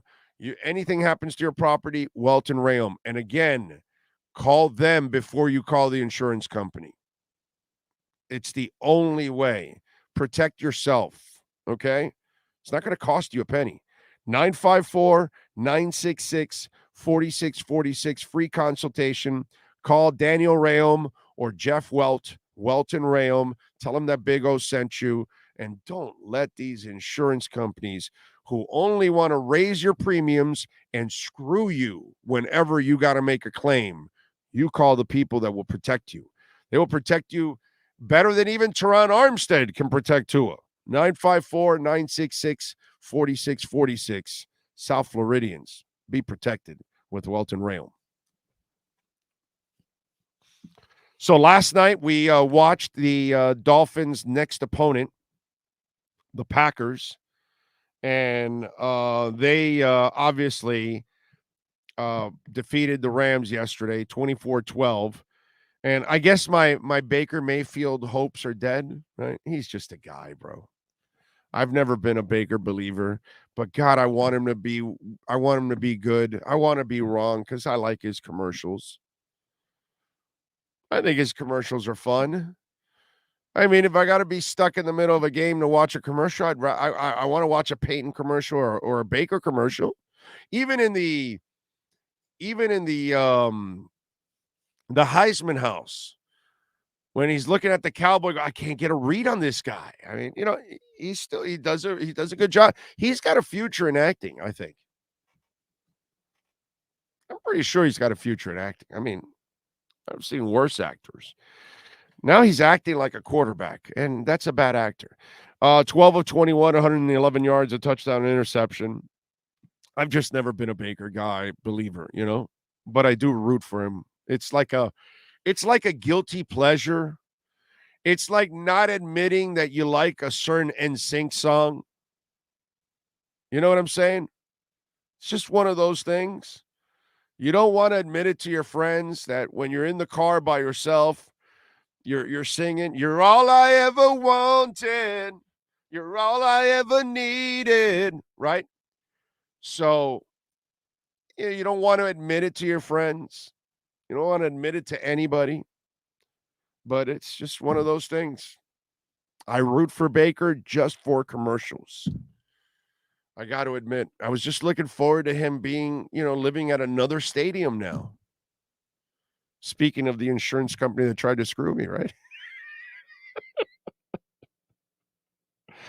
So, the Packers beat the Rams. They improved to 6-8. Rodgers threw a touchdown and an interception. They got a decent offense there. That's going to be a nice challenge. That's, I think, why the Dolphin Nation was watching that yesterday, kind of scout the Sunday opponent as the Packers. Now they get a short week. They got to travel and come on the road over here to Miami. and play the Dolphins. But I think Miami can win this game. You got to win this game too. Listen, I think you can run the table. The Jets defense is going to be one hell of a challenge. Belichick is Tua's bitch. So Tua will go 5-0 against him in a couple weeks. I'm not that worried about that. I'm not worried about the Jets offense either. I'm not afraid of their offense.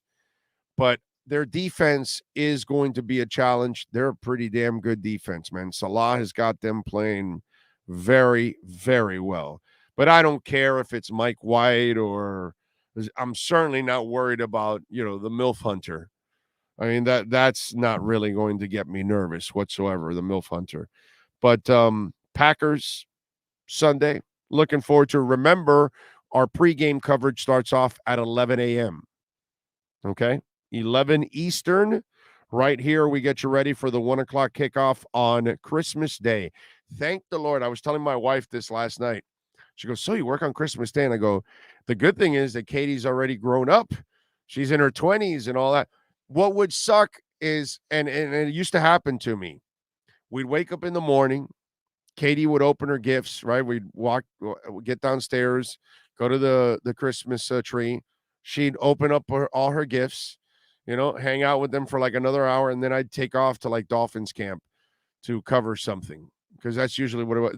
This year it's on a Sunday, so it's different. But there were plenty of years that it was during the week and practice was going on, and so access was later on in the afternoon usually on those days, and you would go and you got to do your job, man. You got to do your job. But this year I was like, oh well, it sucks that it's Christmas Day that we're working, but you know what, man? Things could be worse. Okay? That's what I always say. Sean and I are blessed to do what we love every single day, thanks to the support from our amazing sponsors and all of the listeners out there. I can't tell you enough, man. Can't tell you enough. And Sean Williams, not just Sean Stanley, but Sean Williams, Essential Moving Experts. We love Sean Williams, folks. And you see it there. You can book now. $350 for 2 hours, 2 men, and a 28-foot truck. Call them 386-213-4054. We do have an 844 number, a toll-free number, 844-368-5750. Moving was never so easy with essentialmovingexperts.com. Long moving services, home moving services, long distance moving services, office relocation. So it doesn't matter where you live in the country. Over 1,700 happy customers have already filed it in and said, man, we love essentialmovingexperts.com. No flat rates, so no surprise charges, and safe and efficient loading and unloading practices all the time, and that should make you feel good. Sean Williams is a proud sponsor of our program and, of course, of the Omar Kelly segment on Wednesdays, and he's a big Dolphins fan. As you can see, his logos, his company is in aqua and orange because he's a monster Dolphins fan. So if you need a mover anywhere in the country, please call the company that is supporting us and taking care of people all over the country, man. EssentialMovingExperts.com. 844-368-5750 and tell them that Big O sent you. They will take care of you. I promise you of that. All right, let's take a quick break here. Manny Navarro will join us when we come back on the other side. Let's get into our Canes Wear Miami Hurricanes report. There's no need to drive around South Florida wasting valuable time looking for a new or certified pre-owned Acura. Go to the #1 volume sales dealership in the Southeast United States. Craig Zinn's Acura of Pembroke Pines. Purchase with pace and space in a dealership tailored to your needs. From home buying to providing that personal touch. Contact the 2020 Satisfaction Award winner Craig Zinn's Acura of Pembroke Pines. 888-776-5123. That's 888-776-5123. Or visit them at 15601 Pines Boulevard in Pembroke Pines. Oh, great. You have a doorbell camera. Now you have a front row seat to your house getting robbed. They're breaking into my house! Ooh, there goes the TV. I'm sure it'll turn up at the pawn shop. No, not the TV! Just because you can see them, that doesn't mean you can stop them. With Slogans, you get 24-hour monitoring, a free home security system, and professional installation. Plus, free doorbell camera, one that'll actually work for you. Get out of my house! Get out of the house! Call 1-800-ALARM-ME. For over 16 years, EJDconstruction.com has provided South Florida residents quality craftsmanship, accurate project management, and exceptional service. That's why EJDconstruction.com is an A-rated member of Angie's List and the Better Business Bureau. When you're looking for the right custom home builder for additions or home remodeling, please call my friend Eric at 305-433-4843. That's 305-433-4843 for EJDconstruction.com. If you're a Miami sports fan, then there's only one store to go to, and that's Caneswear at Miami Fanwear in Davie. They're your one-stop shop for all your inner Miami CF, Canes, Dolphins, Panthers, and Marlins merchandise. They have hats, t-shirts, game day jerseys, and so much more. Located at 2511 South University Drive in Davie, and open 24/7 online at caneswear.com or innermiamiwear.com.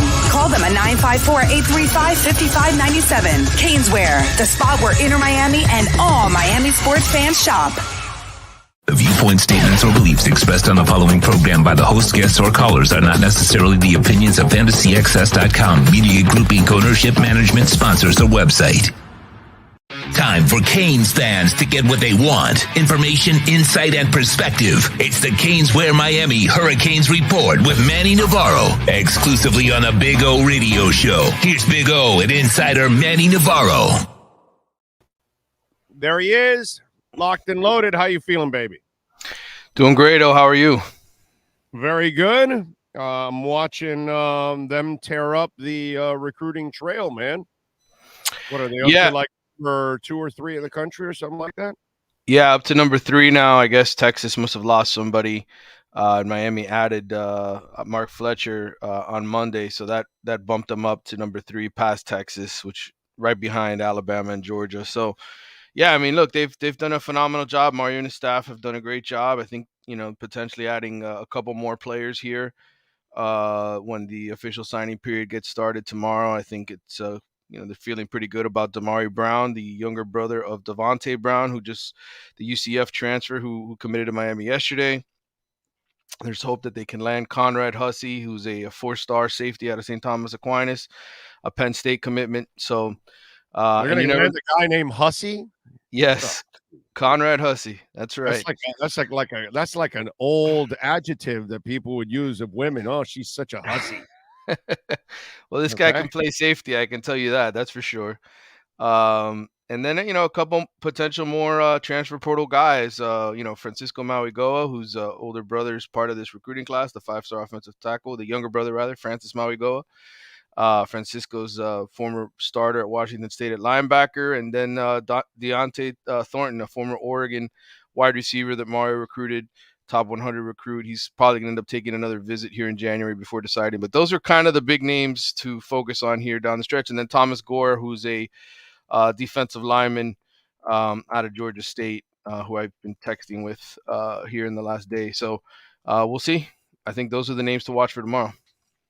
All right, I mean, they're taking guys from different schools too in the process, right? So this is actually what I like is when I see them taking people like from Alabama and stuff like that. When we start Javian Cohen, no, I mean, I think that's important, dude. Remember, we were for a few years like, well, yeah, we out recruited this guy. He wanted Air Force, Wake Forest, and Tulane. What? Right. Well, listen. Really? That's what we're competing against? Come on.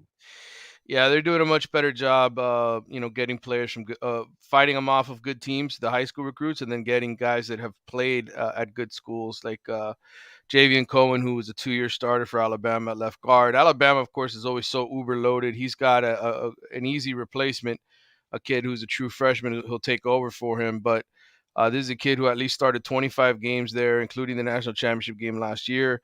When Alabama played Georgia, and so look, they're bringing in guys that matter. Thomas Gore, 5 sacks last season. He's probably the best player on Georgia State's roster. I know you say, oh, Georgia State. All those guys help, dude. It doesn't matter where they come from. If they make plays and they're productive, you take them and you're happy and you're Oh, but that ecstatic. kid might be at Georgia State because he might have had some academic issues early on, and now Well, he was he six. he might have been a player. You He's know what I only mean? he's only 6 feet. That's the problem. But he's Oh, okay. Well, there you 275 go. and he's fast and he makes tackles for loss and he makes plays. I mean, he's very fast. He kind of reminds me of the Moultrie kid that they picked up from UAB last year, who again under recruited because he wasn't very big, but a producer, a guy who produces a lot of plays for you. So Not everybody has to be an NFL prospect, dude. Some of them can just no, be George Myra Jr. and be a great college player. And right, there's nothing wrong with being a great college player, dude. I mean, Craig Erickson was a great college player. I mean, right. there's nothing wrong with that. In fact, that's how you win championships, with great college players. Mm-hmm. So, it's just, that's just the way it is. There's nothing wrong with that. I No, just, come on, man. Like, you can win with the fly, Leonard Conley. right. Fine, bro. He helps you. He gets it done. He's not the biggest dude in the world, but who gives a crap, man? No, You know? you want Go ahead. guys that are productive and good people, and I think that's a lot of this is character and who loves football and that kind of stuff. Mario wants guys that love football, that really want to change the culture of the locker room. I think, from some of the conversations I've had here over the past week was, yeah, he was away. Things that you and I have talked about here many times. He was on the other side of the coast. Had no idea what he was walking into over here. Didn't maybe overestimated the talent he was going to have to work with, and then was sort of surprised that they weren't as good as they were going to be. And it's hard to blame him when you're an outsider on the other side of the country. Doesn't matter if you're in the locker room for a year. You have that adjustment period. Very rarely do coaches come in and win right away. And I know there's examples otherwise. USC, Lincoln Riley, he had his star quarterback with him from Oklahoma. It's not like he didn't have an important piece to make them good. And the guy at TCU, Sonny Dykes, right? He was at the rival SMU. He was very familiar with TCU's roster and the kids that they were recruiting. So Mario was on the West Coast and was in a different world. And I think he's got a much better grasp now for what he has from a personality perspective in his locker room.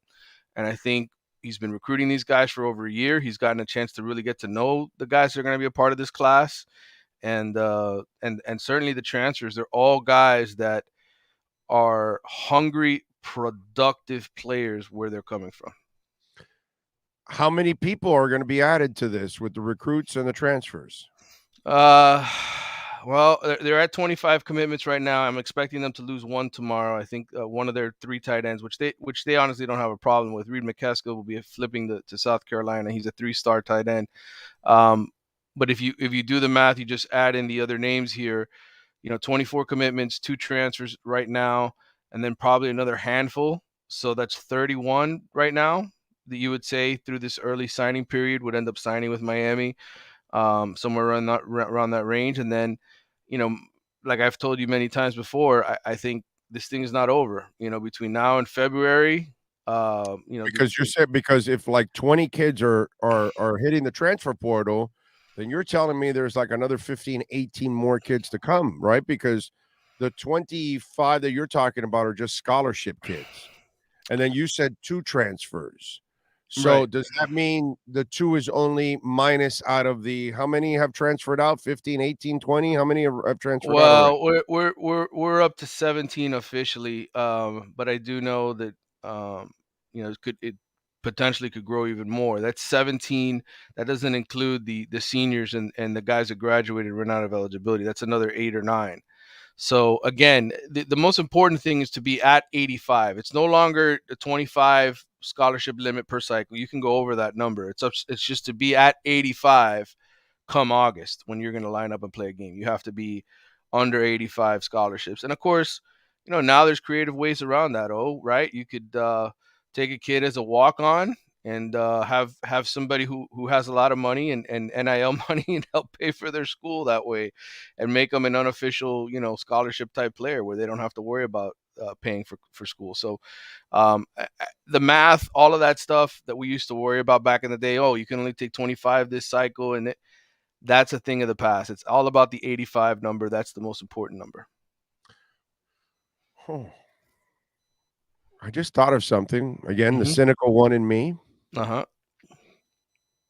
So if that stuff is happening where, okay, let's not use our scholarship. Mhm. This guy's more of a walk-on, then he can pay his own way, but we're paying it through NIL. You kind of control the kid's fate almost, because if he doesn't maintain the grades or the play or the pay, you can cancel it from one year to another, is what it sounds like, because it's not a 4-year scholarship that you've handed somebody, that now your responsibility now is there for 4 years. If the kid wants to study for 4 years and stay there, whether he's playing or not, too bad. That's your scholarship. You gave it up already. But in the other way, is it a way of also where they can also control the talent in and out too? Yeah, I mean, I think it's always been a 1-year renewable scholarship. I mean, what the Right. way it's been is the tradition has always been, the coach But and we've the never had this where somebody's going to give them the money to pay for their education. Right. Well, That's I mean that's happened at a couple of schools already, just since NIL was sort of started, right? I mean, you the quote unquote preferred walk-ons, guys that you want to bring in, but you don't have space for necessarily. This is one avenue around it. But I just think again, like yes, they could control it, but that goes for all 85 as well. And in the end, like all the new head coaches, like Mario, have 18 months. They can run guys off and basically pull them off the athletic scholarship, and then the school can say, "Well, we'll help you graduate, we'll help you finish school, but you're not on an athletic scholarship anymore." So, but in the end, I mean, all of these coaches are being honest and upfront with these players now, and just telling them, "Look, we don't want you here. You're not going to play. If you want to play football, go somewhere else." And then it's up to those kids to find another school to go to and go play. the other thing. I gotta always ask you now, because Mhm. I don't see anybody leaving, bro. Yeah. No coaching, right? No. Not yet, not yet. I mean, look, I told you this is a slow drip with that process, and part Yeah. of it was contractual. Part of it is contractual, right? Whatever's written and whatever these guys are getting paid. I think part of it is wanting not to look like you have to fire your staff after you spent all that money in 1 year. You hope those guys are able to get other jobs and leave in a uh, you know, nicer way, so to speak. And look, every one of these coaches has been out on the recruiting trail. Every single one of them. Gaddis, Kevin Steele. I saw him on the sideline at the state championship games this weekend, watching Cormani McLean and Lakeland play. They're all out. Does that mean that they're all going to be back? No. It's just timing. Okay.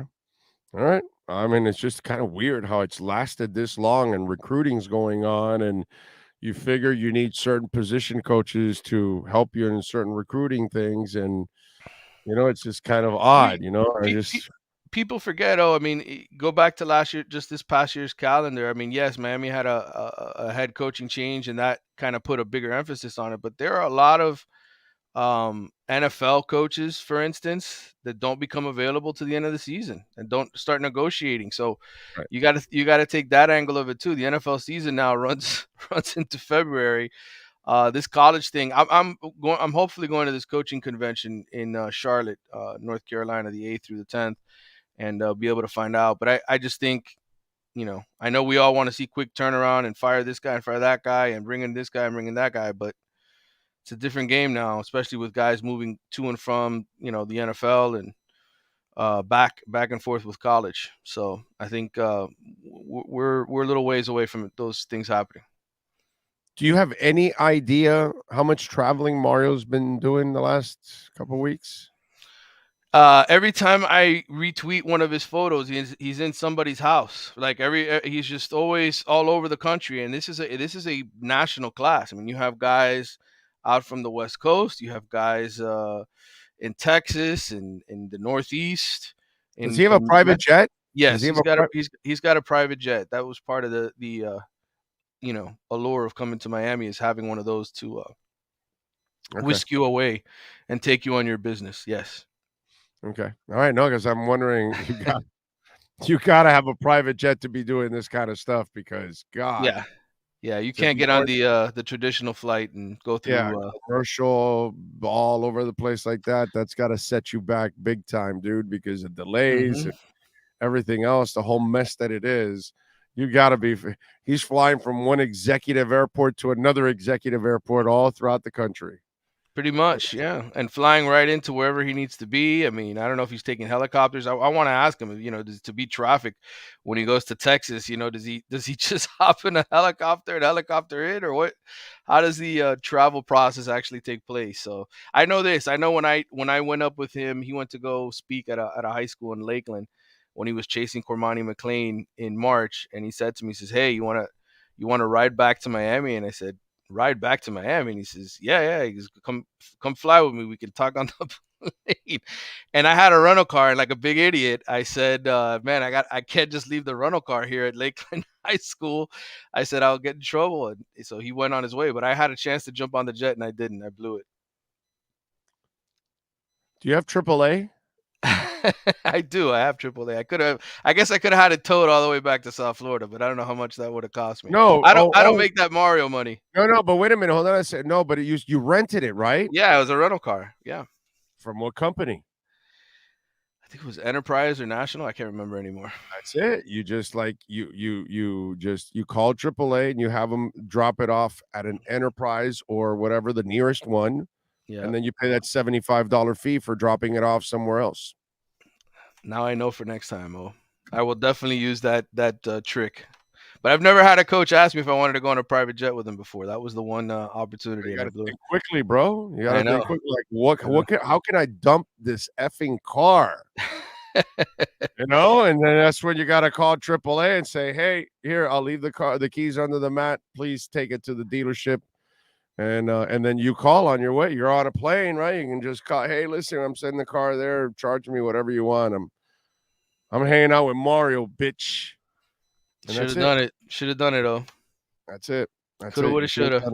Yeah, man. That's it. Facility-wise, what do we know about any of the improvements going on? Have they let you in on it? Yeah, I mean, there was a presentation to the city of Coral Gables a couple of weeks ago because they have to get permission to do all that stuff. But yeah, I mean, it's as Mario called it, a spaceship, right? That's going to be the new football building. Over $150 million spent on that thing. It's going to take 3 or 4 years to build, to finish.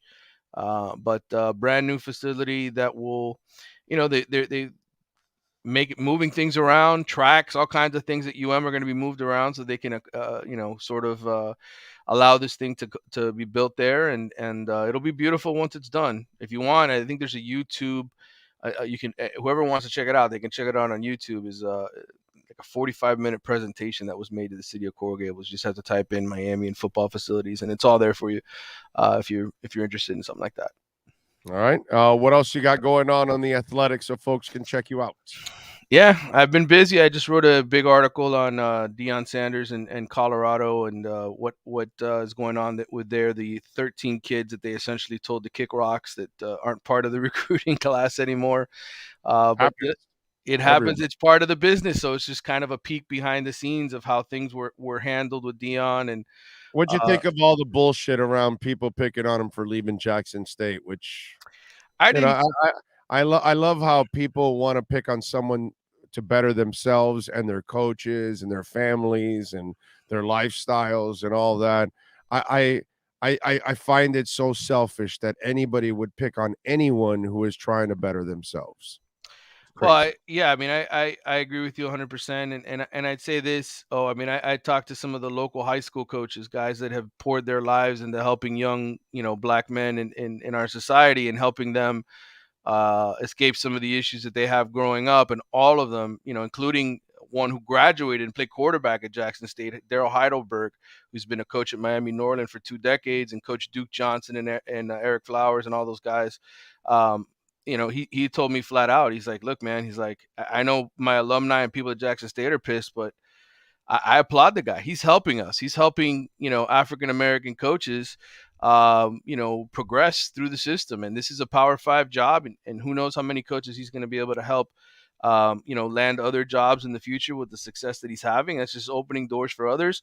Roger Harriet, who's been at St. Thomas Aquinas for many, many years, coach at the collegiate level, said the same thing. He said, Deion is a leader, for African Americans in the coaching field, and what he's doing is far more important. He doesn't have to be at an HBCU to help the cause. No, and dude, you can only go so far there. Yeah. Let's be honest. Come on, man. All right. Dion was using some of his own money, putting it Mhm. back in because they just didn't have the resources overall. It's just the way it is, unfortunately. And he may And not have him at Colorado either, by the way, but go yeah, ahead. no, yeah, he's only going to have so much more money at Colorado, but he will have better resources. Plus, all his assistant coaches are going to get paid, a much more money than they were getting paid at Jackson State. And if somehow or another he has success at Colorado, that will lead to the next stepping stone and the next one. So that's just part of the process now. He proved himself at Jackson State. Now he's got to kind of prove himself now in Colorado. They're joining the Big Ten this year, aren't they? No, it's UCLA and USC that are going to the Big Ten. They're going to after next season. They're going to stay in the Pac-12, but there's a chance that the Big 12 could be looking to bring them back from what I've heard. So we'll see. Right. That's what I thought. Right. The Big 12, right, back where they used to be with Nebraska and right. When those great games with their rivals there. But no, I think they're going to probably stay in the Pac-12 and we'll see. But that's the rumor you heard or the story you heard. Yeah, that's what I thought, that they're eventually going to go back to the Big 12. And so I thought it was this year. So maybe next year or something. Oh, yeah, because why? Because they want to get to 16 teams, right? Or they want to have that power conference thing, right? Correct. Well, the Big 12 has always been a Power 5, but they're losing. No, but I mean, get to that whole thing of having 16 teams. Right, having 16 teams. All these Power 5 teams want to have 16 teams in their conference and all that crap. Correct. And right, and the right, Pac-12 is holding on for dear life and trying to sweeten the pot for the schools that are still there. And yeah, that's another part of our offseason that'll be coming up and be talked about, I'm sure, plenty. Yeah, once the Pac-12 lost UCLA and USC, it was pretty much done. Yeah, bro, you're not keeping. You lost the LA market. You lost the LA market. Yeah, seriously, like it's over. Well, they think adding San Diego State and having a team in San Diego would help, and I don't know that's. You're never going to get the same dollar amounts with San Diego State or any of these other teams. An Aztec or a Trojan? Yeah. I don't know. You know what I'm saying? Come on, man. Yep. But hey, this is the wackiness of college football today, man. This is what it's all about, the TV dollars. But you can't. That's why you can't lose LA. No, you can't. You can't lose LA. And now LA went to another conference and they win that they got the LA market. They got both teams in the LA market. Even though UCLA has yet to do anything in forever, you know what I mean? But they just took a 5-star quarterback away from Oregon. So that tells you, a kid from Michigan that was going to Oregon, a 5-star quarterback, Dante Moore, flips to UCLA. Well, why? He's going to go play in the Big Ten, baby. He's going to be all of his games are going to be close to home. Of course, man. Yeah, makes all the sense in the world, man. All right, follow him on Twitter at Manny_Navarro. Catch his work there at The Athletic. Better yet, do what I do. Subscribe to The Athletic and support Manny, all the great writers, and get some great coverage nationally, even internationally with a little football. All right, Manny, as always, thank you, my brother. We'll catch up on Friday. All right, I'll talk to you soon. Thank you, sir. There you go. The great Manny Navarro and our Caneswear Miami Hurricanes report, where you can get pretty much anything with a Canes logo. And by the way, $99 or more, you will get free shipping. Go to caneswear.com. If you're a Dolphins fan, they've got Dolphins gear. They've got Heat gear. They've got some really cool hats, man.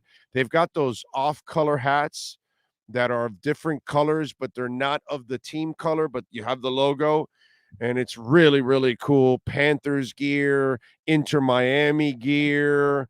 They've even got some Marlins gear for you, all kinds of stuff, man. So go check it out at Caneswear. Go to caneswear.com. If you can go personally, I'm telling you, it is like heaven. You're going to stay there for hours going, wow. 2511 South University Drive-In. Davey, go say hi to Brett, Jeff, all the great people out there. Tell them that Big O sent you. That's our Caneswear Miami Hurricanes report. If you're a Miami sports fan, then there's only one store to go to, and that's Caneswear at Miami Fanwear in Davie. They're your one-stop shop for all your Inter Miami CF, Canes, Dolphins, Panthers, and Marlins merchandise. They have hats, t-shirts, game day jerseys, and so much more. Located at 2511 South University Drive in Davie, and open 24/7 online at caneswear.com or intermiamiwear.com. Call them at 954-835-5597. Caneswear, the spot where Inter Miami and all Miami sports fans shop. All right. We thank Manny Navarro as always. Thank you all out there. If you want to get in on the Welt and Rayom text line, that's 855-912-1056. That's 855-912-1056 on the Welt and Rayom text line. You can also reach out to us on Twitter. That's at Big O Show. Follow us there as always, ladies and gentlemen, because that, my friends, is a 24-hour talk show. And of course, you can also make a donation through Cash App or Venmo at Cash Big O Show. You can even donate Bitcoin, which, you know, we love Bitcoin donations there. And we get 100% of the donation on Cash App and Venmo, the Super Chat, which we love, but they take away 30% there on YouTube. A little hijinks. Yes, sir. It's a good place. Tonight, you got a little Heat game, right? Aren't they playing the Bulls tonight at 7? You can go see them at Hijinks Sports Grill in Boca, right there on Meisner Boulevard. And you see happy hour 4 to 7 p.m. It is the most beautiful bar in South Florida. That's all I can tell you. You can go to the Instagram page of Hijinks. Let me see if I can just pull it up here. If you actually, you should follow the Hijinks Sports Grill. What's it called? The site. Let me see here. You have it. It is definitely. There we go. It is definitely worth following. Hijinks Sports Grill. Okay. Just to, let me see if we got what we got here. For those of you out there, here you go. Let's see. For those that, if you live in the Boca area in Palm Beach and you want to go to the most beautiful sports bar in South Florida, just telling you, Hijinks Sports Grill in Boca. It's just one of those kind of places. Just telling you, I can only just, I can lead a horse to water, but I can't force him or her to drink it. Okay. So I can only lead you to one area. It's up to you to want to go visit Hijinks. It's not me. It's you. You got to want to go visit Hijinks Sports Grill in Boca. That's all I got to say. It's not me. Not me. It's up to you. That's all. Okay. Yeah, you'll have some great food. Of course, you're going to have some great food. And, those wings, whoo, doggy, those wings that the sriracha wings that Joe Shad talks about, they are good. Wings and things. There's wings and things. Just say it. You can have a good old time. Just it's all I can tell you, folks. It's up to you if you want to enjoy, Hijinks Sports Grill in Boca. There's only one. Do you need any more? I don't think you need any more. All you need is that one right there in Boca. And by the way, that Meisner area is such a cool area. You can go take that special someone, hang out at Hijinks, walk around, walk the food off a little bit, then go home. Or maybe one day that you go over to a concert in Meisner Park, you could go to Hijinks first, right a block away, have some dinner, go watch the concert. So you have a great time at Hijinks, great views, and then you go to the concert. And that's it. That's all I got to say. So Hijinks Sports Grill. Make sure you tell them that Big O sent you. And tell them that Joe Shad sent you also. Big O question, why are we always late to the line? Smart enough to be retired in my 40s, Sam. Why are we late to the line? I don't, what is it? Are you talking about the offensive line, like setting up the offense? Is that what you're talking about, Lofi? I don't know. I haven't really noticed that they're often late. There's been a couple times, but I think also with the new offense and new coach, new quarterback, everything trying to work together, everybody trying to figure things out. I would imagine that stuff like that is not necessarily the smoothest thing that happens all the time. Dougie Fresh says, this is McDaniel's first year as a head coach. He's cerebral, a student, and one who has been with 6 teams with tons of variety and evolution. Smart people like him adapt, change with new information. He's good. I agree. I agree. He's not going to be perfect. He's going to make mistakes like he did the last couple of weeks here. But he'll figure it out. I'm not worried about it. It's just, listen, what we have to do is just be honest. Okay? I love McDaniel. I think he's got a terrific offensive mind. Obviously, he knows the quarterback position. He knows how to get to in a good spot to play well. But he's not perfect. And there are times that he's going to make mistakes, and he made some this past week. That's fine. But I don't want Cam Cameron back. I don't want Brian Flores back. I'm not asking for any of the past coaches to say they're better or better options or anything. No, this guy is way better than anything you've had here since Don Shula. Because I can't tell you that I was impressed with Jimmy Johnson's coaching. This guy, I'm way more impressed with his coaching over Jimmy's. Choose F5 says, I order Uber Eats all the time, and the person on the app is never who I think it is. It's usually someone else. Like, why is Uber Eats not cracking down? Oh, that happened to me the other day that I ordered, and it was a woman's face, and a guy delivered it. Now, sometimes they're married, and sometimes it's the boyfriend or the girlfriend or the husband or the wife, and they're both teaming up for the same account. There's always a little more to the story. Now, that may not be the case, Juice F5. That may be a person that did it because the other person can't get approved. That might be a scam that's going on. I'm not exactly sure. You know what I mean? But what do? Do we rat the person out and not give them a tip or not say that they did well, or report them and say, hey, this said this, but this other person came instead? Or if you're at your door and somebody else comes and it's a different person, here's the other thing I want you to think of, Juice F5. We got to think of all these things. Are you looking at the car already? Do you see the other person in the car, or is the person in front of you the only person that's there?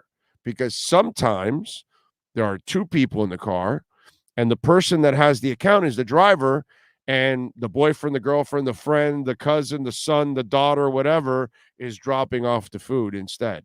So it's kind of a family thing. You know what I mean? So the other day I got some food, and boy, that bag, just like weed came completely out of that bag, dude. I was like, my man is smoking up a storm while he's delivering. Food was fresh and it was warm, but man, that was carrying a whiff of weed. It was funny. So there's a lot of factors that could be involved here. Listen, if they do the job, then I'm not going to complain. we all got to make a living, dude. I don't want to make it hard on somebody to make a living. You know, I don't want to be the dick. I'm not doing that because I don't know what their situation is, and they're trying to survive and they're trying to make money. Dude, you delivered my food on time. It's warm. It's good. It's fresh. I'm all right. I'm going to give you my tip, and I'm going to move on. But I think some factors could be involved sometimes. It may not just be a rig. It just might be one of those things that I talked about. Makes sense, he says. I'm not going to snitch, but still weird. Yeah, it is. It is. It is. The hard part for the front office will be 2025 when Tua and Waddle will need to get paid. You worry about that then. Talking about salaries now is stupid. It's a waste of time. There's nothing to talk about right now. Right now, you're trying to get into the playoffs. You're trying to figure out what you have in all these players. Next year, you should be trying to, do the best you can as a team and not worried about any contracts or anything like that. You can worry about all of that by the end of year 4, going into year 5 or whatever, that kind of stuff. You can do all of that. Tua is our best QB since Marino. And how many QBs is that? Would anyone take those over Tua? I think no, it's not even close. Anybody that would choose any of the quarterbacks of the past over Tua knows nothing about quarterbacking. Nothing whatsoever. Nothing. Okay? That would be the ultimate insult, is that somebody would actually think that any quarterback that you've had in the past would be better than this guy. So, all right, let's take a quick break here. Let's start off hour number 3. Let me give me 2 minutes here to rest a voice. Got a bunch of things I want to get into, by the way. Also, we talked about the voting for Tua. Got some other things going on with the Dolphins. I also want to get into an NFL story, too, that was kind of disturbing. A couple of them, actually. And one of them, Dolphin fans. You could have gotten into a hairy situation. Let's go to hour number 3 right here on the Big O Radio Show. Welton Rayom has more than 62 years of litigation experience handling insurance disputes. They're committed to resolving even the toughest insurance claims quickly. Call them for a free consultation. 954-966-4646. At Welton Rayom, they don't get paid unless you win. Property damage claims to your home, business, or condo as a result of a hurricane. Welton Rayom can help. Water, mold, fire, smoke damage, Welton Rayom can help. Call 954-966-4646. I think I know what this is. Houston, we have a package. Hello? No matter where you are, the Sloman Shield home security system guards your home. With next-gen perimeter protection, 24/7 monitoring, and interior motion sensing. And right now, get a free Sloman Shield security system and doorbell camera, all professionally installed, for free. Shield your world, the Sloman Shield. When you move, you need a reliable company led by passionate folks, eager to assist its customers during a transitional process that needs to be smooth.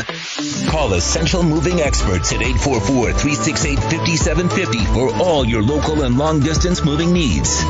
You can rely on Essential Moving Experts. Mention the Big O Show and get $150 off. Family owned and operated, they offer free 30-day storage, full-service moving, fully licensed, bonded, and insured.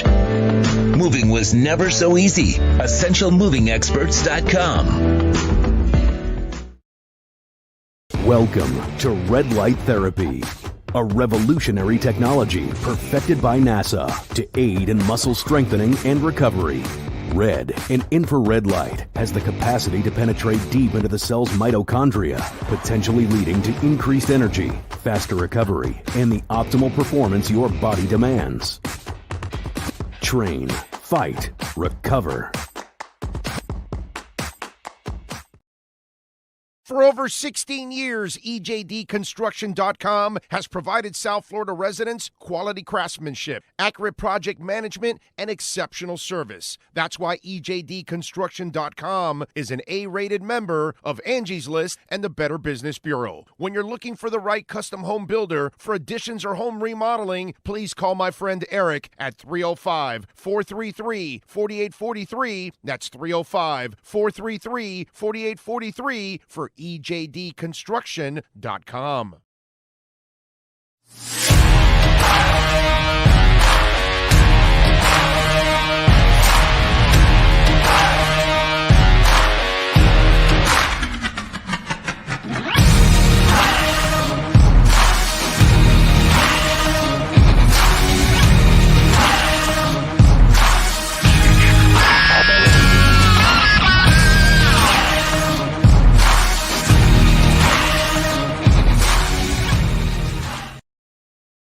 The viewpoint statements or beliefs expressed on the following program by the host, guests, or callers are not necessarily the opinions of FantasyXS.com, Media Group Inc., ownership, management, sponsors, or website. When it comes to South Florida sports teams, very few in the media have witnessed, lived, and covered it like the Big O. Let's start the program dedicated to your favorite South Florida teams with a passion that's unmatched. The Big O Radio Show is on. Here's the Big O. Hour number 3 of the program. Appreciate all of you out there as always. Thank you for keeping it locked here with us. Sean Stanley, of course, driving the program. Hey, don't forget, we're on Reddit now. Because that we looked over at the what was that other one that we were looking at? What was the other one that we were checking that maybe we were going to do some videos on, Sean? I forgot the name of it. But that one's got some funky stuff. Rumble, right. They want to own your content, and we're not. No. Sean and I have worked our asses off, so we don't have to answer to people. That's kind of the idea. You know what I'm saying? We do what we want, and we get to, control the show and all that, and that Rumble stuff on trying to control your content. Like you're going to own my content? No, dude, no. You always got to read the fine print, man. You know what I'm saying? So there's a way of doing stuff for free on them, but why am I going to put why should the hard work that Sean and I put together every single day, why should we put it for free on your platform so you can get traction and we don't benefit from it? No. And it's really interesting because they give you a cut of what they get from YouTube. So, but I already get my cut from YouTube and they take their own cut. So now you're also going to take a piece of the cut I get from YouTube? No. It's like, it's a really like strange platform, and they don't even have explanations for everything. Like there's gray area on things. Very, very disorganized. I don't know who's running that platform, but it's disorganized. So Reddit, now we'll put our YouTube stuff there. But we're going to do some, I think it's a great place to start interacting a lot more. You know what I'm saying? And let's be quite honest, as much as I like Twitter, with Elon, I don't know what the hell is going to happen with Twitter. So we got to kind of protect ourselves. And anyways, Reddit, I think we'll be able to reach people that aren't on Twitter or Facebook all the time, or even LinkedIn, places that we work, or even Instagram. So hopefully we can reach some other folks out there. By the way, congratulations to Gabby Arrudia.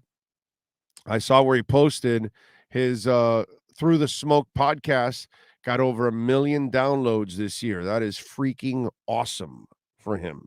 Okay, that is fan-freaking-tastic for Gabby Arrudia. He does an excellent job, and he works his ass off. So good for him doing that stuff. But anyway, so please follow us on Reddit, r/Big O Radio Show. That is our community there. That's our page there on Reddit, r/Big O Radio Show. And then that way you'll know when we start chats. And I think we're going to do one now during Dolphins games. I think we're going to do a Reddit chat during Dolphins games. That'll be a cool way of going back and forth with people during the games. Okay. I'll still do some stuff on Twitter, obviously, during the games. But definitely Reddit will be kind of one of those places that we will start to grow that. Hopefully we'll grow that that platform there and our connections there with folks. All right. Do you have a Discord, Big O? Not yet. Sean and I are working. We got to do that. We got to do that one also. That one's very important. I know that Discord is very important. So yes.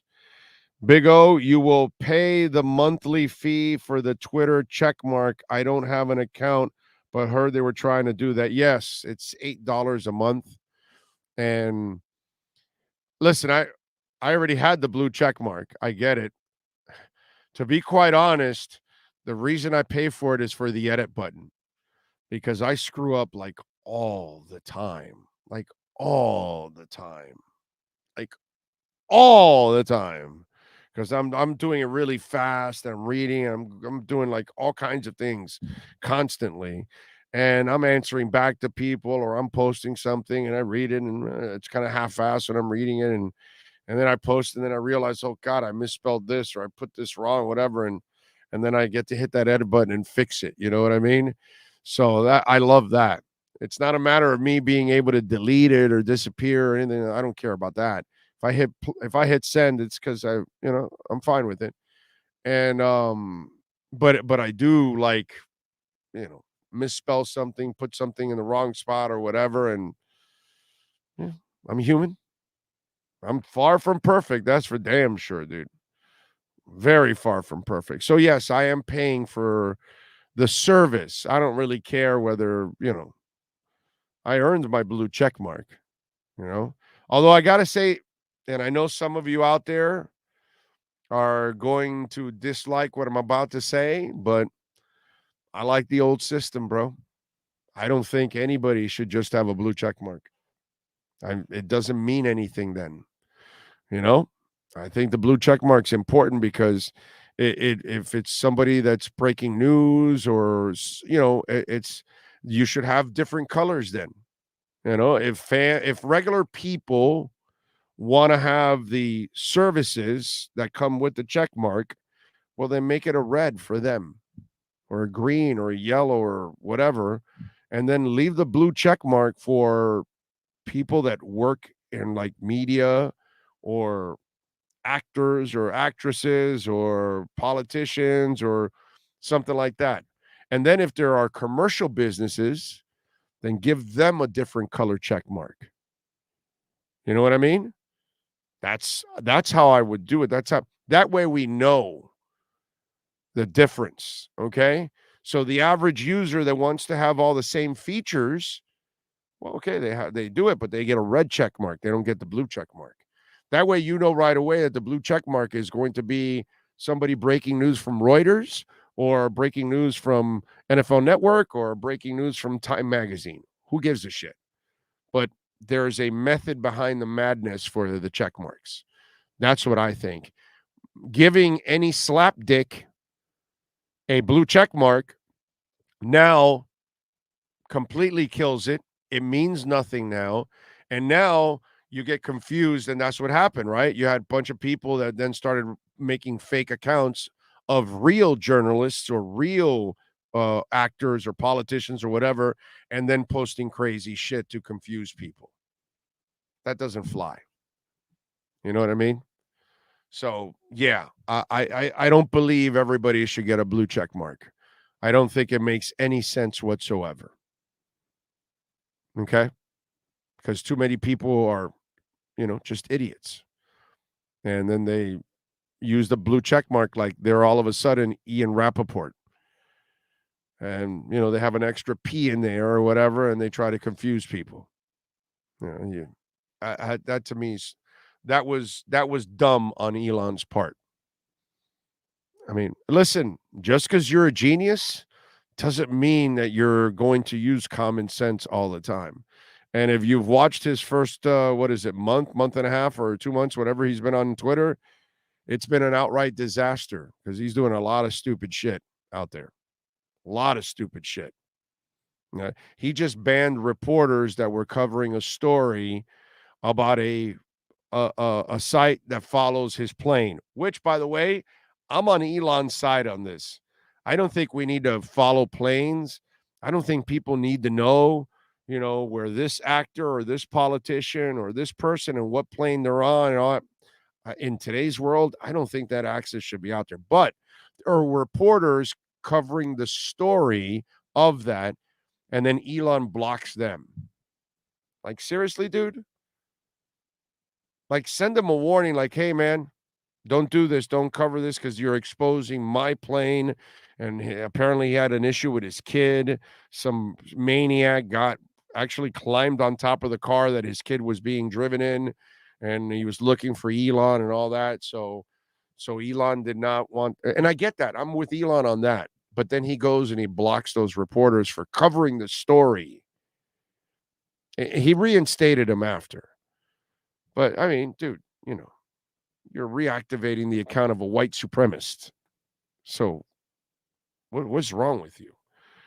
There are just things that, like, he does some really stupid things, no matter how smart he is.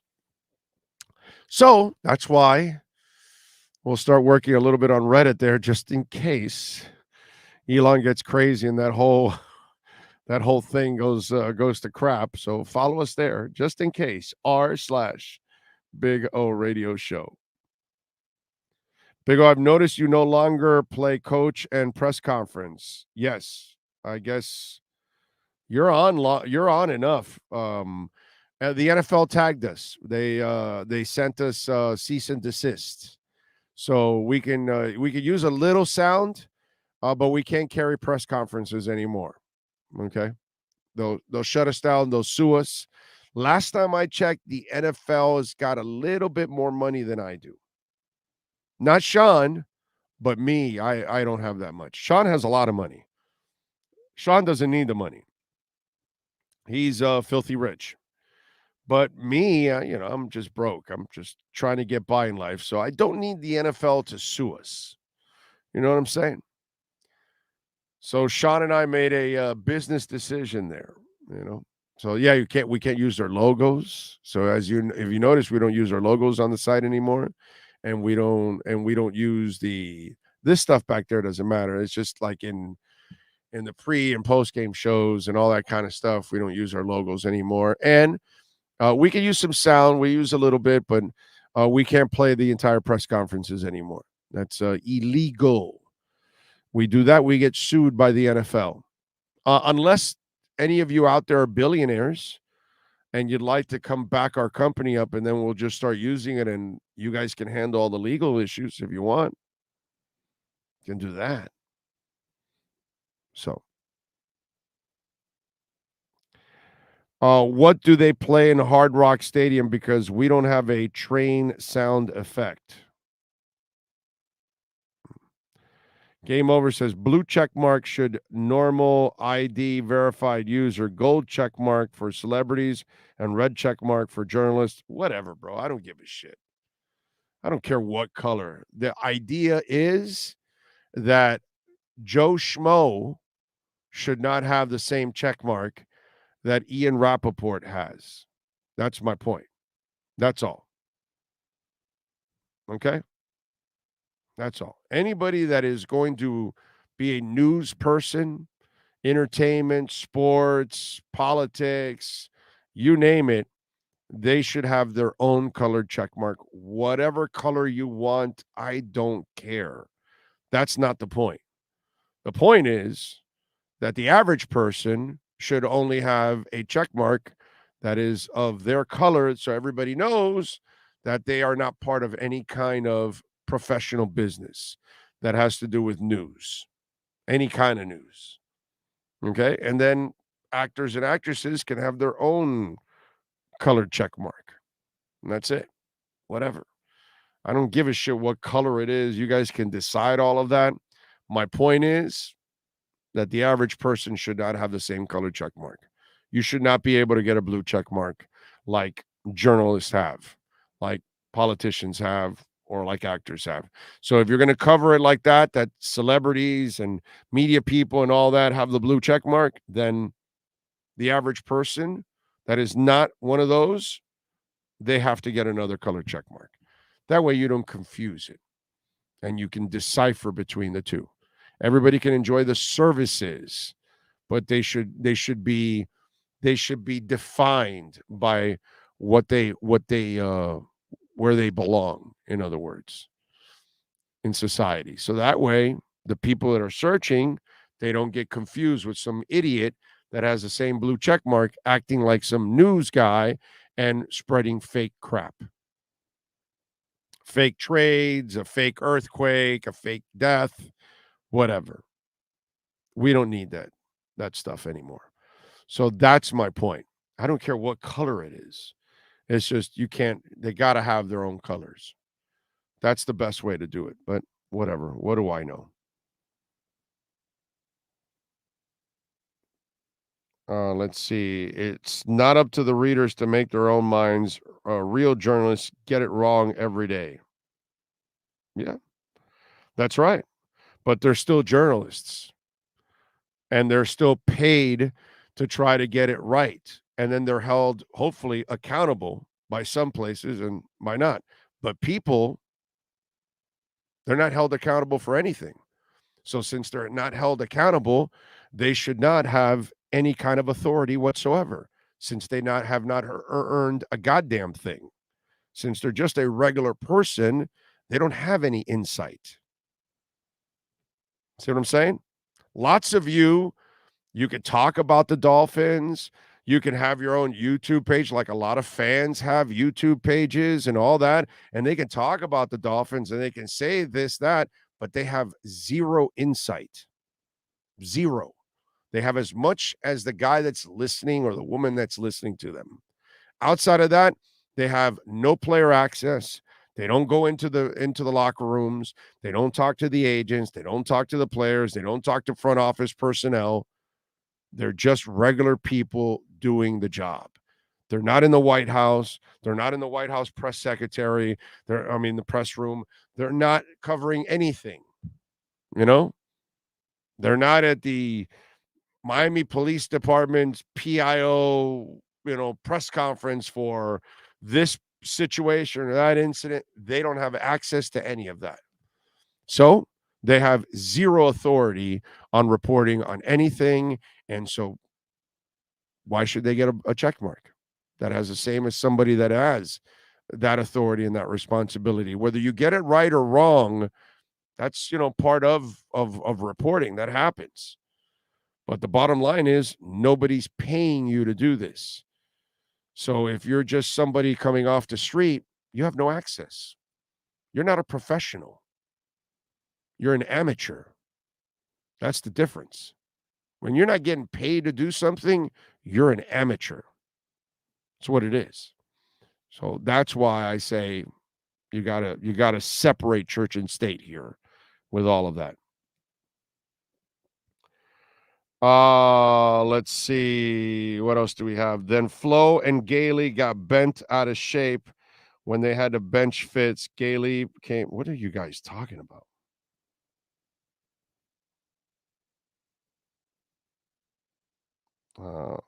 Fake Adam Schefter. Yeah, right. That's what you want to avoid. You want to avoid the idiots like fake Adam Schefter.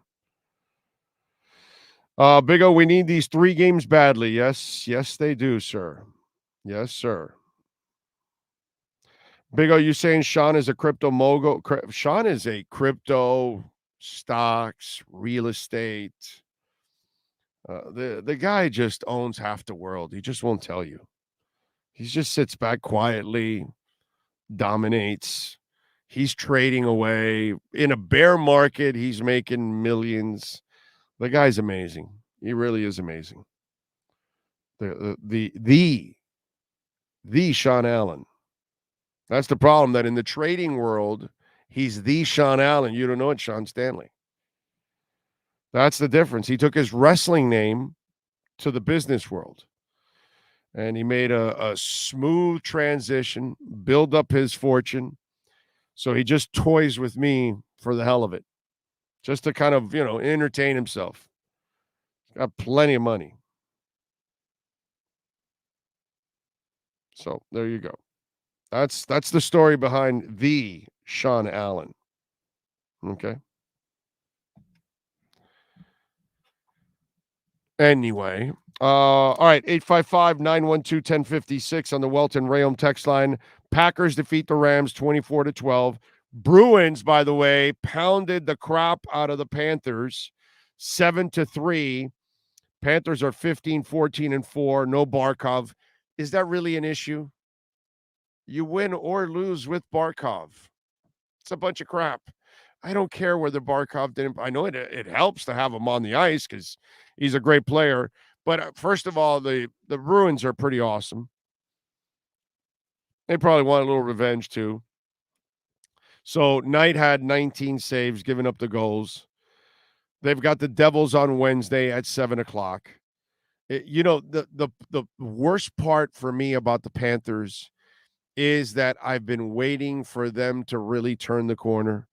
And I was hoping that last year was that moment that they turned the corner, but now they're making it look like an aberration because of all these changes.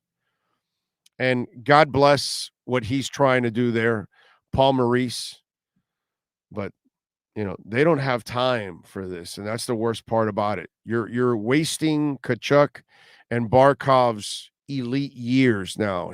Their prime years are going on now, and if you've got to reset this team to try to build it under the mold of Paul Maurice, here's where I tell you the front office and ownership did a bad job. If this is a setback for a couple of years, you screwed up. You should have found somebody that could tweak what you had, not completely change it. Because now you've got to change the play, you got to change the talent, and that takes a few more years because of that. Meanwhile, now you're wasting another year of Barkov. And you just acquired Tkachuk, and here's another guy that's in the prime of his career. It's one of those where I love the Panthers. I'm so disappointed about all the disappointments. I'm so torn down because, with the Dolphins, I have a longer history, and I had great times for decades. For like 30 years, Shula mattered. You know what I'm saying? So it was one of those things that with Shula, it lasted for a while until it kind of ran out of gas in the mid 90s. And for a long time, we always had like a pretty damn good team, playoffs. Once in a while, go to the Super Bowl. They won Super Bowls early in Shula's run. So, I saw all of that. And while the last 20 years have been rough, I could always lean on the good times that, okay, maybe they can come back and maybe they'll figure it out. I don't have that at all with the Panthers.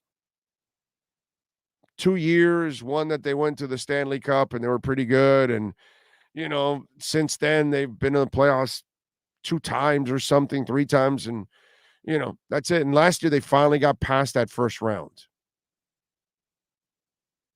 But now you're not even playing to be in the playoffs right now. You're outside looking in. And this has been your entire existence. What is flukish is a good season from the Panthers. What is normal? Disappointments.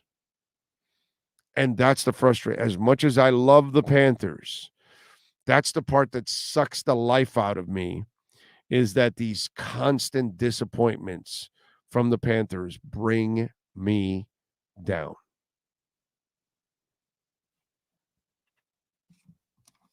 And last night, I got the smaller option on with the Panthers. I'm actually watching that terrible football game on the bigger TV.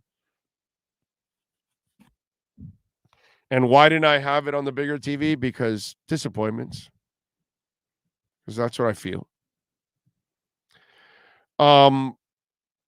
By the way, prayers for our friends out in Northern California. They had a 6.4 earthquake overnight, knocked out power in more than 60,000 homes and businesses around the Ferndale city. So hopefully nothing serious has happened. Nobody is injured. And they can repair everything else. Just Panthers, man. Disappointment big time.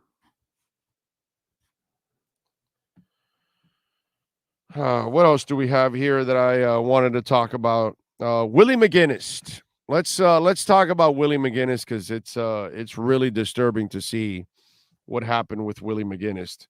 I don't know if you guys saw it, but Sean, if you can pull up the video, I'd appreciate it immensely, sir.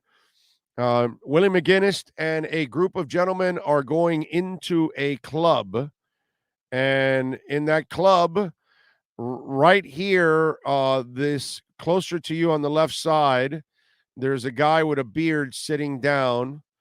Yeah, there you go. Sean is pointing at it. And I don't know if can you guys do they see that, right? They see your pointer, right? Exactly. So yeah, they do. Okay. They don't see mine, they see yours. That's the dude right there. So all these guys are about to come in. All the way in the back here is where the guy you'll see all these guys coming in. And watch how one guy will talk to him. McGinnis is in the back. They're going to point out McGinnis. But look what happens in this altercation. Willie McGinnis, by the way, was arrested and charged with felony assault with a deadly weapon because apparently he hit the guy with a bottle. Fire away, Sean. And Willie McGinnis was with. Because he was still standing when it's all said. Suge Knight got knocked out by a barber. And he was knocked out. Find that one for me, Sean. Suge Knight knocked out. And he is out cold in the sidewalk, which is probably one of the most satisfactory ass kickings I have ever seen in my life.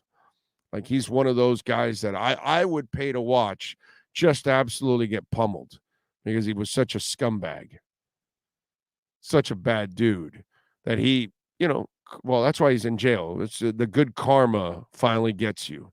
You spread enough bad karma, it'll come back to finally get you, and that's where karma becomes good when somebody like that gets put away. But yeah, I remember when Suge Knight got his ass kicked. That's kind of what this guy deserves. I mean, it's terrible. Yeah, 51 and acting like that. Willie needed 6 guys. Yeah, sucks with no power. Yeah, well, and by the way, Willie McGinnis was working out with the Dolphins in the Chargers game. That week he was there. And let me tell you, Willie looks like a cool dude when you see him on television. Now, I will have a completely different opinion of Willie McGinnis because there's no reason to gang up on a guy all by himself and there's 6 of you, dude.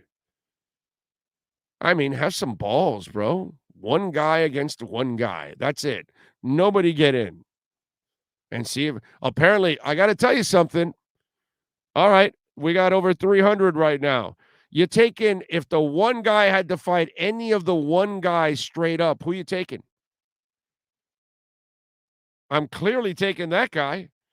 I'm not picking any of the 6. Clearly, the guy that got beat is the tougher guy out of that entire group because he was still standing. He's a lot tougher than Suge Knight is. That's for sure. Suge Knight got knocked out by one guy. This guy took a bottle and 6 dudes hitting him, and he was standing there after that. I'll take that dude every day of the week over Willie McGinnis and everybody else. The only tough guy in that group was that guy.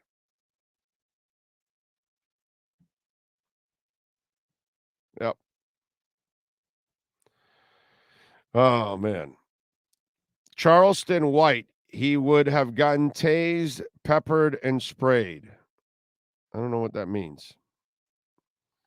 Willie brought the noise. The white dude at the table was a non-factor. Yeah, brought the noise, brought the tampons. He didn't bring anything. Willie didn't bring any. None of them brought anything. I didn't see that guy flinch. I didn't see that guy back down, and I didn't see him getting knocked out. 6 guys, and they couldn't knock the guy out. I mean, it's a bad look for those guys, actually. And it definitely shows me that if that guy was alone with any one of those 6, he would have kicked all their asses. That's kind of what it tells me. You know? It's amazing. Ironically, this video reminds me of Tupac, Suge Knight, and a bunch of people beating up that one guy the night Pac got shot and eventually died a week later. Dumb. There goes my NFL Network gig. Yeah. 5 guys jumped Chael Sonnen, and Chael got 5 assault charges.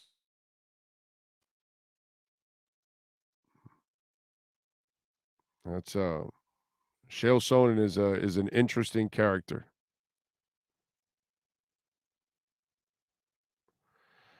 Big O, do we know what that guy did? No, have no idea, but it really doesn't matter.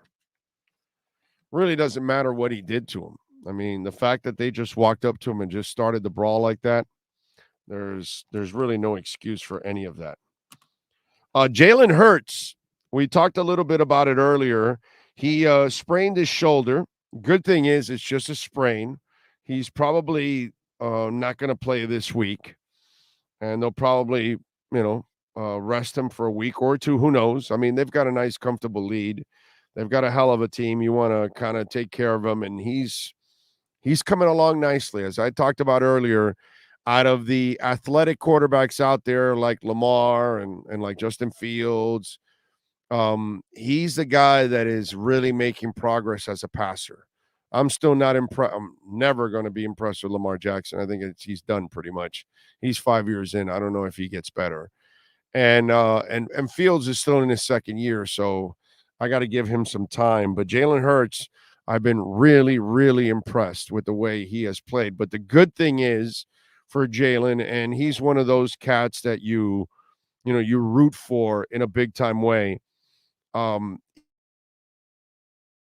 man, he carries himself the right way, which, by the way, Lamar is also like that too. Lamar's a really good dude. I know he had a bad moment on Twitter a couple of weeks ago with some guy, and I get it. He's frustrated with his whole situation, and that's kind of the situation he put himself in. But Hurts actually did something very cool. Not only, unfortunately, is he dealing with an injury, but Jalen Hurts is having one hell of a year. And we've got the holiday season right around the corner here.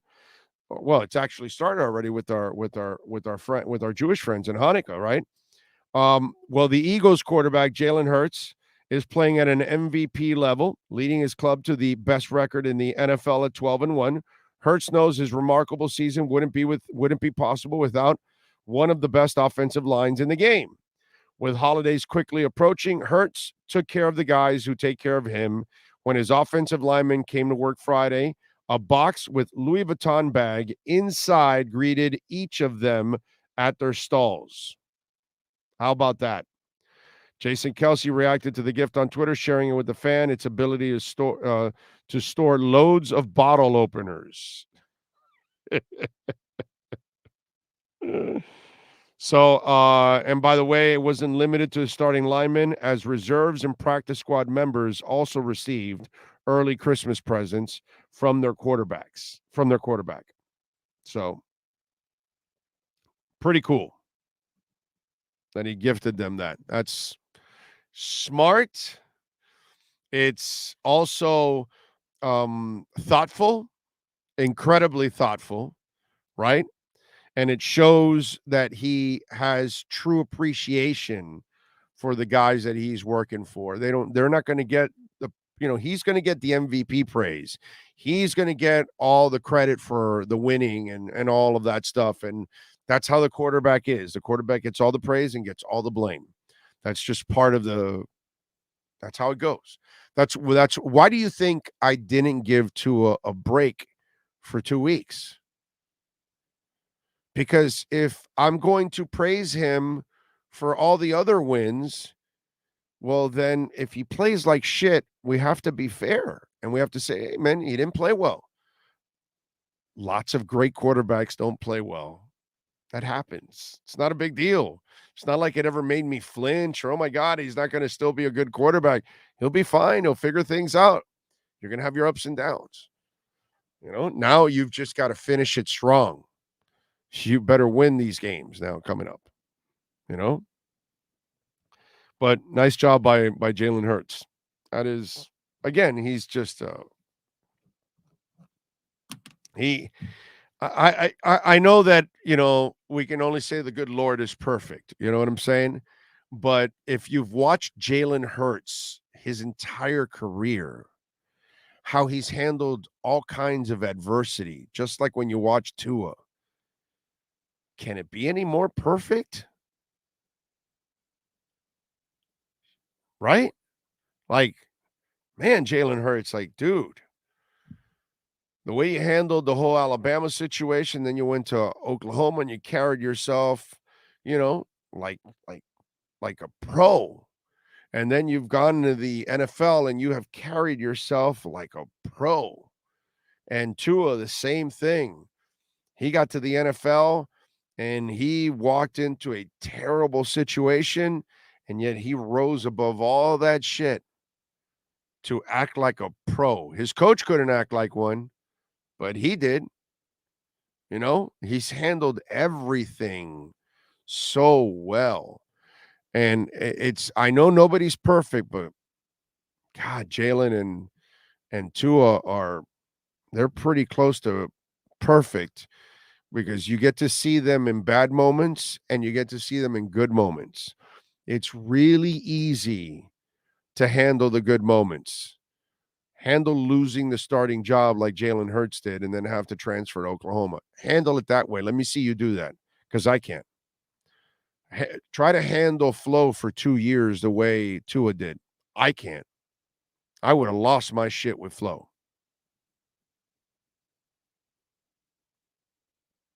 It's amazing, man.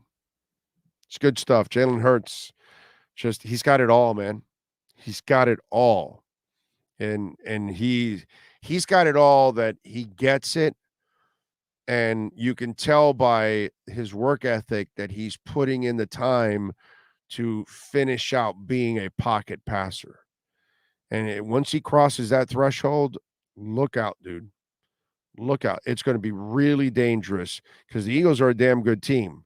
And if you've got the quarterback that can beat you in the pocket and then beat you also with his legs, oh, crap. That's what Josh Allen does. He can beat you with his legs and he can beat you with his arm from the pocket. It's amazing. Jalen Hurts is one of those young men that I would say every father should tell their son, you see that young man there? That's how you need to carry yourself. Watch him, how he handles success and failure. That's how you're supposed to do it. Most of us don't have that quality, but dudes like Jalen Hurts and dudes like Tua, they've got that quality about them, man. It's a special thing. It really is. Sam Cavison says, pivotal game against Green Bay. They won last night, and Rodgers is coming to Miami for a W, so hope the Dolphins are ready for war. What has shown you that they're not? Right? They've battled in every week. You haven't gotten a game this year, right? That, oh God, they're not trying. They're deflated. Every game they made their mistakes and they lost the game. Okay, maybe the other team was better, but there hasn't been a game that you said, oh, they weren't ready for this game. They weren't trying hard or whatever. No, they've tried hard. They got out coached, maybe like they did 2 weeks ago. right? They got outplayed like they did against San Francisco, but it wasn't anything a lack of effort. They were ready to play hard. They've played to McDaniel's credit. That team has played hard every week. I'm satisfied with the way they've played every single week, and I know they'll be ready to play against the Packers. They took these 3 losses. They know that they have to bounce back now. They have no choice, and they almost won that game, man. Hurts took a nasty hit where the DL full body landed on him. Yeah. Tough kid, man. Big O, too soon to talk about what Greer has to do this offseason to put roster over the edge. Yeah, bro. We're in the middle of a season where they got a shot at the playoffs. I'm not talking offseason. I'm not talking draft. I'm not talking contracts. That's all stupid talk. Anybody doing that now, that's just ridiculous. It's a waste of time. We got a lot of good stuff to talk about right now. To be talking about stupid hypotheticals about, who they sign in the offseason when we don't even know who's available and who's healthy, who's not, who's got a contract, who doesn't, who's declaring for the draft, who's not. So stupid. Any of that, anybody talking about that or talking about a contract or talking about, some trades or something, that's just stupid. The good thing is this is not the regular Dolphins that we've already would have been into draft talk and free agency talk and all that kind of crap, which is sad stuff. Let's talk about the Packers this week. Let's talk about the Jets and the Patriots and all the teams that are left on this schedule. That's what we got to talk about. Okay. And then hopefully there's some wins in all of that. And then we're talking about the playoffs. Ladies and gentlemen, that's what it's all about. So, yeah, all that other stuff is ridiculous to talk about. I'm certainly not talking about that stuff. EJD Construction I can talk about. I love talking about Eric, who knows how to get it done at EJD Construction, man. We've been talking about EJD Construction now for many years. And look, I know a lot of you right now are calling EJD Construction. I know because he tells me, and you need to get your roof upgraded, okay? And I know one of you called and you're getting, I think starting next year in January, you had a fire in a home and you're getting everything remediated. It's all getting gutted out and redone. So whatever it is you're doing, trying to upgrade that roof, because right now, those of you that are trying to renew your policies, your hurricane protection policies for next year, you're finding out that the insurance companies are telling you, your roof is a little too old. It needs to be updated. And before you get that new policy, you got to get it updated. Call EJD Construction. 305-433-4843. That is Eric's personal cell number. Tell him that Big O sent you. 305-433-4843. Folks, fully insured, liability and workers' comp, so you never have to worry. Whatever you're looking to do, modernize the kitchen, extend the home, add a second floor. One of our listeners added an observation deck to their house, which, again, man, that's a great idea, dude. That is a fantastic idea. When I think about my house, because it's 2 floors, and we live out so far west that, we get a great sunset. And I keep thinking about adding an observation deck on top of my house to just, sit back, have a little Pinot Noir in hand, maybe a cigar at times, a little Perdomo cigar, and just looking out, man, and looking out to the sun and the sunset. That's a great idea, man, I got to say. But anyway, if you want to do that, as I digress, because I just, whatever it is, modernize the man cave. Maybe you want to convert your 2-car garage and do all kinds of funky things. Custom home construction is what he does, not a handyman. So, folks, you're looking to renew that insurance policy and you got to upgrade that roof, call EJD Construction in Dade or Broward counties only, not Palm Beach. Sorry, because I know some of you have called from Palm Beach, and I apologize. I should have mentioned that he doesn't do Palm Beach. Dade or Broward counties, 305-433-4843. True Fin fan says, we are 7 seed. Season isn't over. No, man, no. Still 3 games left. I'm not worried about that right now. I am not going to think about that. True Fin fan, thank you for the super chat. Big O, have you ever attended a Dolphin game in the snow? Yeah, I did. Orchard Park, Bills. 1990 playoff game. Yep. Okay. So, yes, I have. Fun. It was fun. Let's see. Big O, if that Dolphins team shows up for the next few games and into the playoffs, it's going to be a magical season. Yeah, it would be nice, man. It definitely would be nice. Defense needs to start fast. Can't afford to slow walk into the second half against the Packers. I think some of you got to stop with this shit already. The defense is mediocre, bro. Stop it already. You're asking them to be something that they can't. They just need to hang in there and make a play or two and hope that the offense comes in and carries them.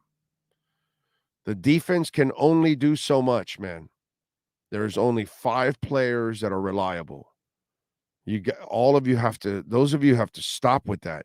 You keep asking something that's like Marcel asking that now Tua has to be an off the script guy, and that's not who he is either. So you cannot set yourself up for failure by asking for something unrealistic. The offense needs to carry this team. The defense just needs to keep you in it. And that's what they've done every game this season. They've kept you in it. The offense is the one that needs to close it out. They didn't close it out again this week. The offense kept you in it. They even came up with a turnover late, which is not what they do. And it's up to you now. So stop it already. We're 15 weeks in.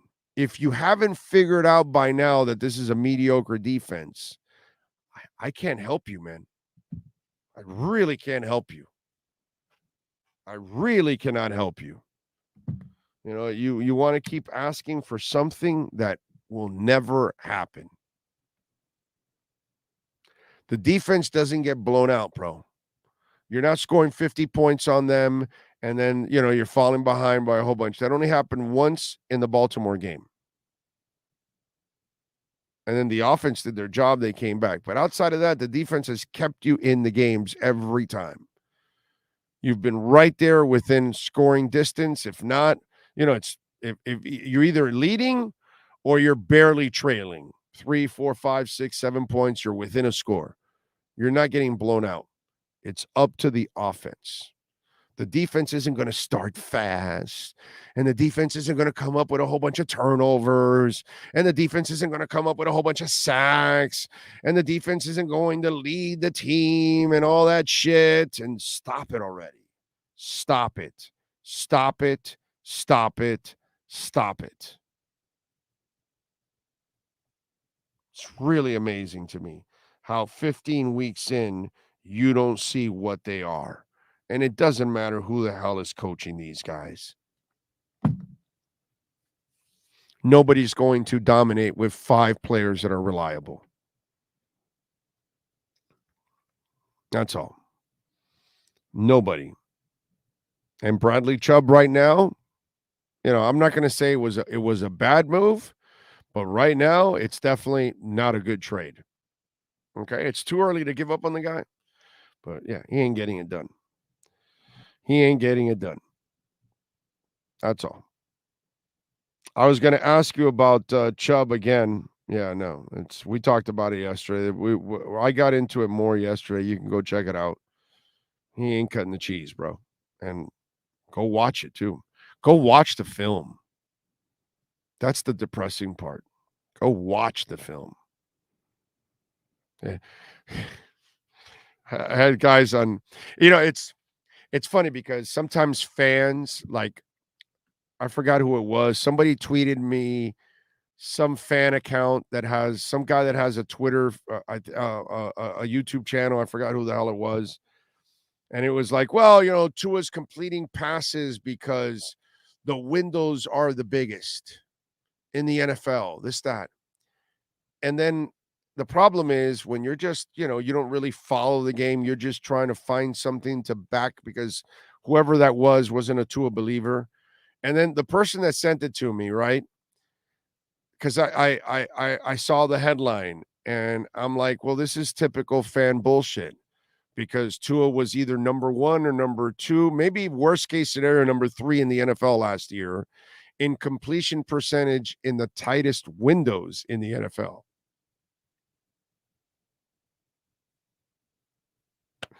So he was one of the best with the tightest windows because last year that's all he had was tight windows. But now he's the best with the bigger windows. But I get it. For your convenient argument that you think Tua is not that good, you use that, but you leave out the other side of it. So it's like the crypto thing that I told you earlier. You got all these people panicking, right? But what's going on? Is it really the crypto the problem? Or is it the exchanges that are selling the crypto and holding, supposedly holding the crypto for the customers? And the DeFis that are holding the crypto for the customers. So what's wrong? See what I'm saying? I explained it to you clearly. There's nothing wrong with the crypto. It's the people that are part of the banking side of it, the lending side of it. It's kind of like that. You know what I'm saying? So it's funny that the way people, look at things. So this guy's like using one side of his argument, but he's leaving out the other side of the argument because it's convenient. And that's the way the game is played, but whatever, man. Again, you're not a professional. You don't do this for a living. You do it because it's some kind of a hobby, or you're just a fan that's out there and, you don't really do your homework like the guy yesterday. Oh, invest in gold. And then I show him that gold hasn't moved in 10 years, but because that guy that said invest in gold really doesn't invest, really doesn't do his homework. He was just running his mouth and he had no idea, no concept, no education whatsoever on it. So then when I pull up the graph, you can tell he's a phony. He doesn't invest in gold. He doesn't know shit about it. I don't invest in gold because I know about it, because it doesn't grow, doesn't go anywhere.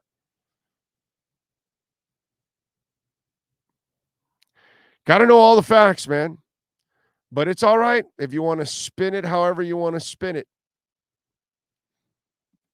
And that's that's your job, to figure out the spin doctors.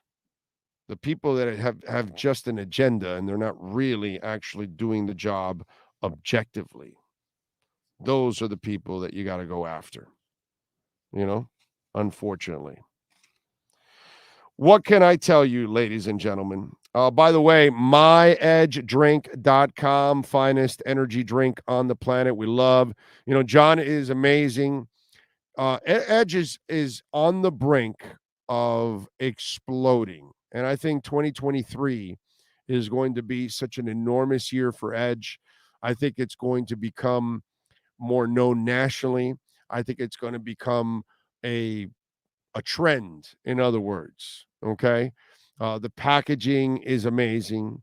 The taste is so good. It's delicious. It's smooth. It has zero aftertaste.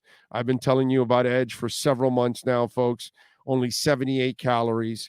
And you can get it delivered right to your home or office. It's an awesome elixir. When you mix it with vodka, it is fantastic. Use our code BIG-O. You will get 10% off.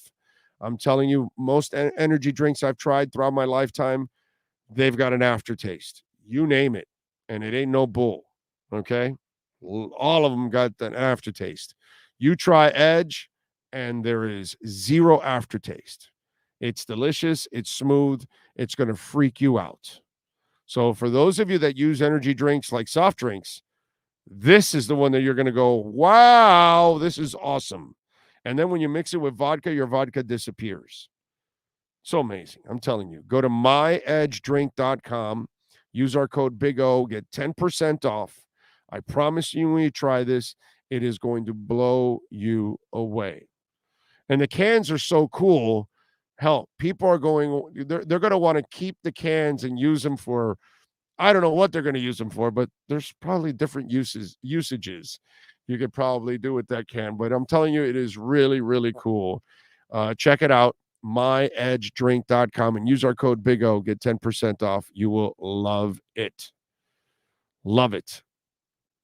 Tua was never the problem. His first 2 years, he was on a bad team. We have gotten better, but we still need players. We need more O-line, linebackers, and DBs. Yeah, you need help. Like I was telling somebody yesterday on Reddit. By the way, if you want to follow us on Reddit, r/Big O Radio Show, r/Big O Radio Show, that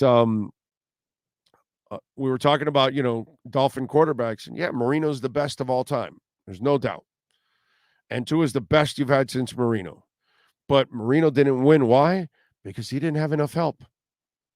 So as great as Marino was, you didn't give him a running game. You didn't give him a defense. Hell, you didn't even give him maybe the right side of the line. But anyway, overall, I'm just saying, it's everyone needs help. Anybody that thinks one quarterback does it by himself, no, dude. Jim Kelly can put you in position and so can the defense and all that, but Scott Norwide can't miss it. And he did. And they went 4 times, dude. You need help one way or another. You need a break here. You need to stay away from injuries. You need to make a play or two. You need the ball to bounce your way. Whatever it is, you need a call or two to go to your way. Tuck call. Things got to go your way, and then it happens. But when they don't go your way, that's the problem. That's the problem, ladies and gentlemen. So everyone needs help. Everyone. You name it. When sports and business collide, we like to do something very interesting on this show. It is called the KSDT CPA Sports Business Report.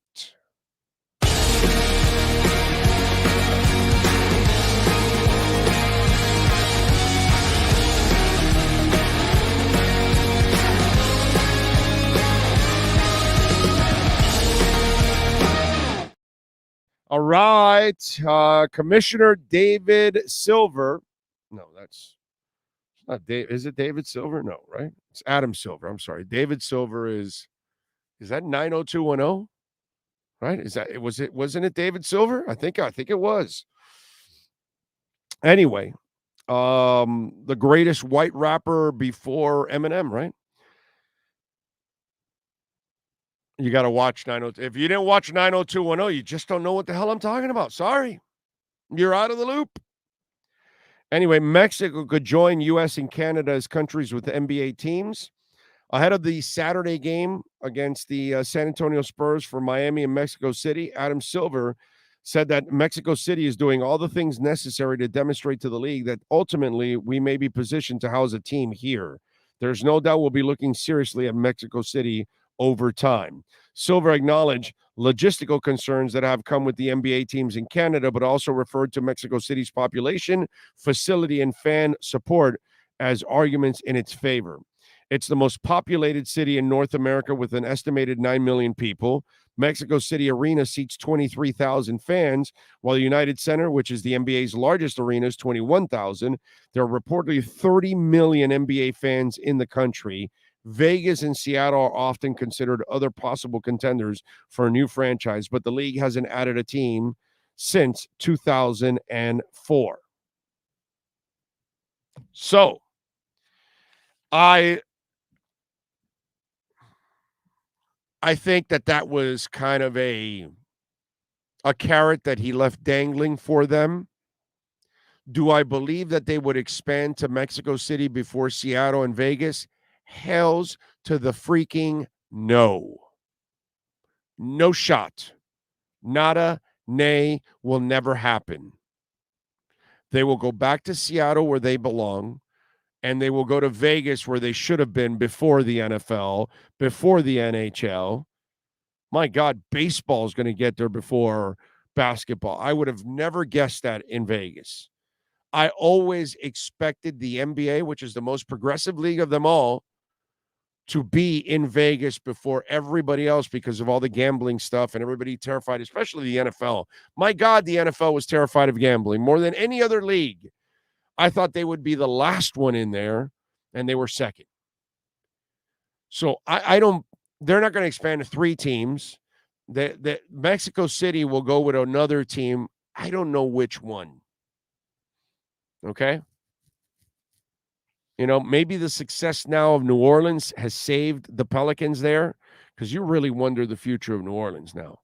You know, but now that they had success, they got a nice little young team, and Zion has lost some weight. Maybe they can turn things around there and make it a destination place, because New Orleans is such a great place to go hang out for a couple of days and party and stuff like that. It's not really a great town where you go for a week or anything like that, but it's nice to pop in for a night or two, and you've had enough, I think, overall of that place. Yeah, I don't think I think this is just a carrot, because you want to still have these options to play some of these games and generate revenue and create more interest internationally. Now, should they expand to Mexico City eventually? Sure. But there's no way that in the next wave they're going to jump Seattle and Vegas. Those are 2 prime positions. We should have never, ever pulled the team out of Seattle. I get it, the city and Key Arena, and they couldn't come up with a deal to get a new arena, so they left and all that stuff, and they'll figure it out, whatever. But, you know, now, I don't know, would they play where the Kraken is at? I wonder. Or would they build their own arena? That's crazy, right? You couldn't come to a deal with Key Arena and build a new arena for the Seattle Supersonics, but you'll lose the team, then build an arena for a hockey team, and then get an NBA team who will then have its own arena also? Or will you share with the Kraken? I don't know. That's the interesting part. I don't know what's going to happen. But Seattle, the fans did not deserve to lose the team. They weren't the reason why they lost the team. Just like the Browns. That was disgusting that the Browns left town. That fan base is one of the best fan bases in all of pro sports. Not just the NFL. Browns fans are awesome, dude. They're a fantastic fan base. They have stuck with their team for over half a century. They're fantastic. They had we really disrespected them, but that was a Modell and, you know, the city. Oh, well, we're going to put the money first into the Rock and Roll Hall of Fame instead of the NFL. He got insulted with that and left out, and they built for the Indians and not them and all that. And so it was just a big cluster F. You know what I mean? All these political things get in the way, and then fans get burned. But long story short, Seattle, Vegas are the next ones. I think the commissioner was just kind of teasing Mexico City, bringing them along. Will they eventually get a team? Sure, they could get a team, you know, but I think that you'd pair it with another international team when you do Mexico City. Where do you go? You're not going to go back to Vancouver. Where do you go is the question. Is there another place to go that's kind of international and pretty close logistically, that it isn't that, you know, Puerto Rico can't do it. Jamaica can't do it. Cuba can't do it. What other Canadian place do you go to? You go to Montreal? Or is there another U.S. city that can go with Mexico City as that next wave after Vegas and Seattle? Is there an American city that can support an NBA team that they have not gone to already. There's already one in Toronto, dude. Vancouver, they already tried it and it didn't work. I don't know if Vancouver is a spot for the NBA. That's the problem. Beautiful. I hear it's a beautiful part of the country. Everybody that tells me that goes to Vancouver brags about Vancouver big time. Like they tell me that is like, it's like visiting Northern California. If you ever get a chance to go visit Northern California from Carmel and all throughout Northern California, oh my God, breathtaking, man. And you take that the PCH highway, oh God. Gorgeous, dude. Gorgeous, gorgeous, gorgeous country. Really is. They might have a better chance now that the NBA is more worldwide. Vancouver has a lot of international people. No, I know that, but they failed there before, and I don't know if. See, I don't live there, so we'd have to maybe get an opinion from somebody that actually lives there. Ethereum going to $100, Big O. Awesome. I'll buy more. I hope Bitcoin goes down, and I hope Ethereum goes down. I'm not flinching. I have no problem with that. They want to go down, I'm scooping up. I'm not going to stop scooping up Bitcoin or Ethereum. I've slowed down on my altcoins right now because I'm waiting for another dip because of what this so name of the BCG group or CBG group or whatever this other DeFi firm. They have a $1.6 billion loan that they own, and they may have to liquidate their funds, and they may have to liquidate a lot of Bitcoin. And so if they do that, they'll put a lot of Bitcoin out on the street, which will then lower the price some. And if that happens, it's a subsidiary of BlackRock. Now, BlackRock CEO talked about this the other day, that it doesn't affect them at all whatsoever. It's completely separate company. But if they have to repay, they have a large stake of Bitcoin. And if they have to sell the Bitcoin, then that's not going to be good for the price. It's like what Elon had to do. Elon needed money, so he sold 3.8 billion shares of Tesla, and Tesla went down. But that happens. But guess what you do there? You buy the dip. So anybody that's a big Tesla person, I'm sure saw that, and they bought the dip like they're supposed to. Smart people. That is your KSDT CPA Sports Business Report. This has been the KSDT Sports Business Report. KSDT CPA is one of South Florida's largest and one of the country's fastest growing accounting firms. KSDT is recognized by Forbes as one of the top tax and accounting firms for 2022. KSDT CPA is a full service firm that also excels in crypto. Visit online at ksdtcpa.com or call 305-670-3370. BitBop66, thank you for the love in the super chat. Remember, you can also donate through Cash App or Venmo at Cash Big O Show. BitBop is asking, is it possible that a foreign country will one day even host a Super Bowl? It will happen. Guaranteed. I may not see it. Okay, I'm 56. Maybe 20, 30 years from now, I can see something like that happening. Remember what I told you. Okay.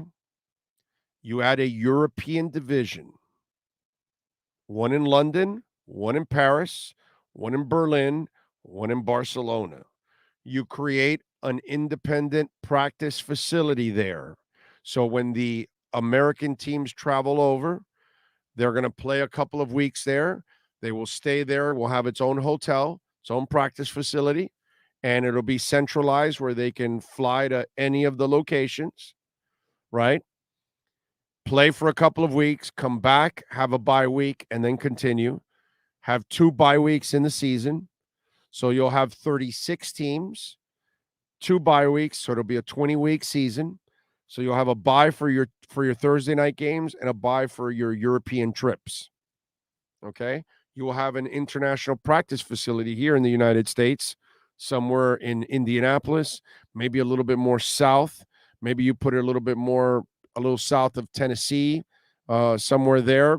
Keep it centralized where they can fly all over, and they fly over here for a couple of weeks to play a couple of teams and then fly back with the same type of purpose. Now, once you have a European division going, and now all of Europe is going to get behind Barcelona or Paris or Berlin or London, right? Because obviously it's in their part of the world. So they're going to become fans of those teams. They will be fanatical. They will support. They will spend a lot of money. I can see Wembley Stadium as being the first place where we play a Super Bowl outside of the United States, because they have been our best. The best fans that we have outside of the United States is probably them. I think Mexico is also really, really good. But, financially, you go to London and you get Europe. let's you go to Mexico, you get Mexico. You're not getting North America too. You know what I'm saying? No, North America sees the NFL forever. They don't know. You go to Europe and, you go to London, you're going to get all of Europe going to that game. They're going to want to go to that game. You know the prices from people coming to the United States and people in Europe to go to Wembley Stadium for a Super Bowl. So yes, can I see a Wembley Stadium Super Bowl in 2050? Hell yeah. Hell yeah, I can see it. No doubt. But first, you have to establish the European division. So that way the culture is in place. They're now used to it and all that, and they're getting behind it. I mean, once you put a European division in place, my God, football is going to go to an absolutely another level. It's going to be ridiculous. But again, in order to do what I told you, you've got to be smart about this. You've got to add the extra bye week. You've got to add practice facilities for both North America and in Europe. You've got to do all those things to really make it a smooth transition for the players and for the coaches and everybody else involved and for the fans. So you do that, yes. Down the line, I can see something like that happening. There's no doubt about it. 855-912-1056. That's 855-912-1056. If you want to get in on the Welt and Rayom text line, you can also reach out to us on Twitter. That's at Big O Show. Follow us there as always, my friends. Appreciate you all out there as always for following us on Twitter. Let's see what we got going on. All right. Bitcoin's up about 1.5%. Ethereum's up 3.5%. I like it. I like it. I like it. I like it. Markets, still, Barcelona Goldfish, named after a famous building there. Big O, because of the time difference in Europe, will NFL be upset that the Super Bowl will have to be viewed in U.S. earlier in the day, possibly in the a.m.? Yeah, whatever. It doesn't matter. They'll sell it out one way or another. It's they do it now, and they sell out the game. Or maybe it's, I don't know if you do an early game here and put it prime time over there. I don't know. We'll see. How do you feel about our running game moving into late December in the playoffs? I feel good about after the Bills game. Well, I'll feel good if they stay with it when it's working.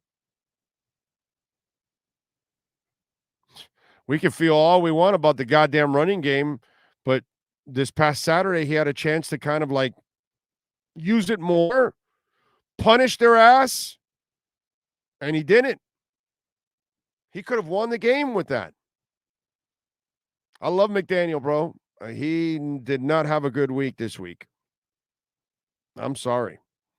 I'm sorry. I'm a McDaniel fan, but I'm not going to bullshit you guys and blow smoke up his ass and tell you that he did great here and did great there. No, I didn't get to light up a Perdomo victory cigar. Maybe tonight after the Bulls win, it's a Perdomo victory cigar. So we need, baby, a little Perdomo action. By the way, Miami Gardens. Have you been to their store in Miami Gardens? PerdomoCigars.com.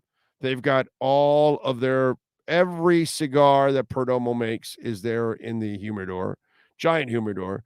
And they've got a big old area, big old lounge with I think the couch is like 30 feet long. Seriously, I've never seen a longer couch than that. It's like a horseshoe. And I shit you not, it's 30 feet. It's amazing. Big ass couch, big ass TV.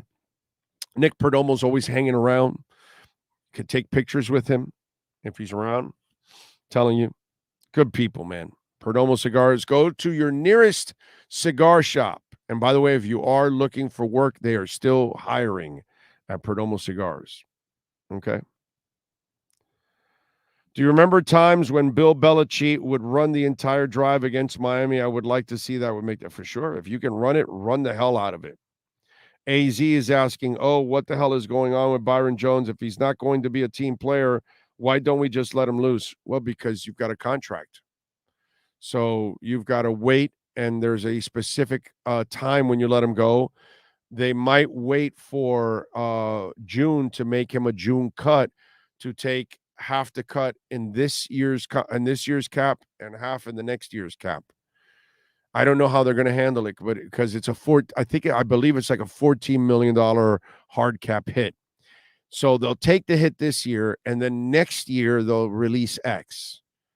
Some of you out there want to get rid of X and Byron. They won't be able to do that. And by the way, I still hold out hope that X can have the offseason to get healthy with his growing. Clearly, he's injured, bro. Clearly, he's injured. He's got to be super frustrated with what's going on. So, yeah. Aha. Women immediately banned from private and public universities in Afghanistan, a Taliban government spokesman announces. Way to go. Way to go. Why scum of the earth like that is anywhere in charge in this world is amazing to me. I think the stat line was 30 pass, 25 run last game. Yeah, I don't really care I don't care about that number. I care about the third and shorts. Those are the ones that pissed me off this past week. And you didn't even run once during those times. If you ran it a couple times and failed, then I can understand if you passed it the other times because you failed. But because you were succeeding so much, it's hard for me to understand that you would have failed. The Taliban needs an NFL team. There you go. Those guys would be killers on the field. I wish we could have an American football team in Argentina, but it's soccer and rugby. Can Argentina support an NFL team? Can they? Is the question. You know what I'm saying? That's a lot to ask. I don't know. I don't know how the economy is in Argentina. I'm not sure. I'm not sure where the sponsorships would be in Argentina, because I just think not every country is ready to support an NFL team because they have to be fanatical enough about it to support it fan-wise and corporate-wise. I don't know. I know the English. Forget it, dude. Okay? Mexicans, the English, I think Canadians are pretty fanatical about the NFL too. I think they are. But I don't know about Argentina people. I don't know. I'm not talking about the Argentines that are here that are Americanized. Everybody that comes here, they become Americanized. So that's different. You can't compare a Colombian here and a Colombian in Colombia. It's just completely different. I don't know if American football is that much. Brazil, I believe, by the way, somebody put in Brazil. I have seen enough from Brazil that I could see a team in Rio actually succeeding. Yeah, they're kind of fanatical. I don't know about Argentina. I don't know. I don't know. What's their, by the way, what's the big stadium in Argentina hold?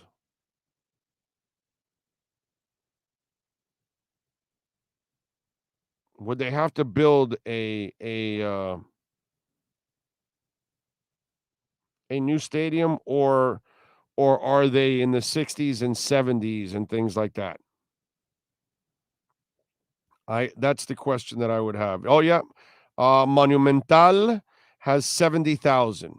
Mario Alberto is at 57, and Presidente Juan Dominguez Perón or Perón is 61,000. But the one in Buenos Aires, which is the important one, is 70,000. So that's good. How about suites?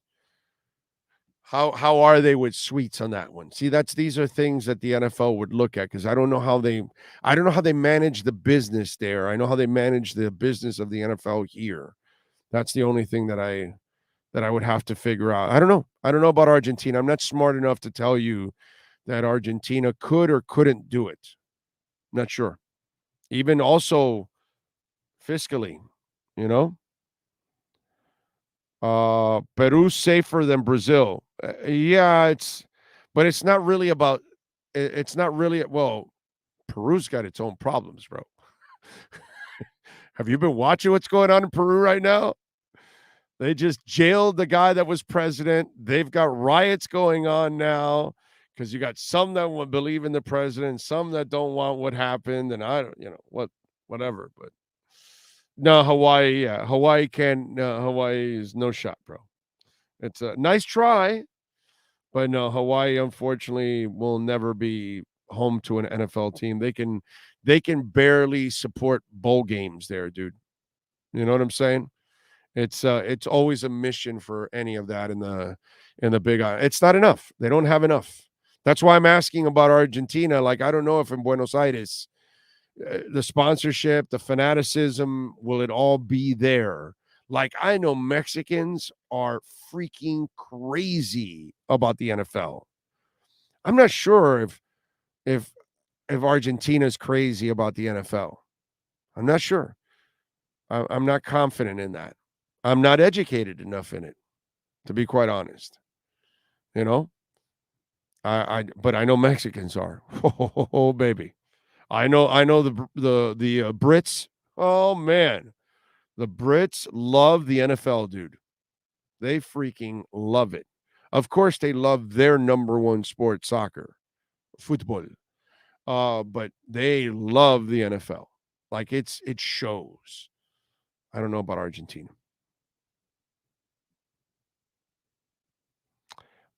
Green Bay has one of the worst defenses versus the run. The Dolphins have to run even if they stack the box.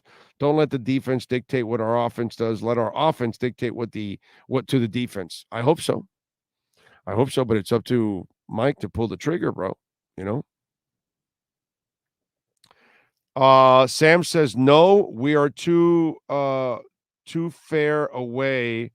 Forget about it. Thanks, Big O. Too far away. Oh, so that connection with the NFL isn't there, right? Yeah, I I know, like, Argentina people here, right? That they become football fans, but I don't know how that country is right now about the NFL. That's the thing. Just because it's, the most powerful league in the world, it's not the most popular game in the world. So it's not like the sport that everybody wants to see in every country out there. Soccer, everybody wants to see in every country except ours, of course. But every other, well, although in our country we want to see the Premiership, we want to see Serie A, but we don't necessarily care about the MLS as much. You know what I'm saying? Even though the MLS has good attendance and good support, but again, soccer is not where some of these other sports are at. So yeah, that's the thing. That's the question, and that's what people, as powerful as the NFL is, it's still not like the end all be all for Colombians, maybe, or Peruvians or, I know Mexicans, they do love it, man. They love their soccer, but they love the NFL. And I know the English, they love the NFL. They love their football, but they love the NFL, man. That's already proven to me. I see it all the time. And London, they have the corporate, they have the people that will pay all those tickets and the luxury suites and all that stuff. They can make it happen there. You know what I'm saying? So it all depends. NBA, now they need to expand to Europe, but NBA has turned down Euro clubs from joining NBA. Well, yeah, I wouldn't want a Euro club to join because you want to have your own expansion. So they pay the expansion fee to them and they control everything. Yeah, you can't do that. Yeah, you're going to go in somewhere and take on a FIBA team in that market and crush it. Is what you're going to do. That's what the NBA will do. They'll do their own thing when it's all said and done.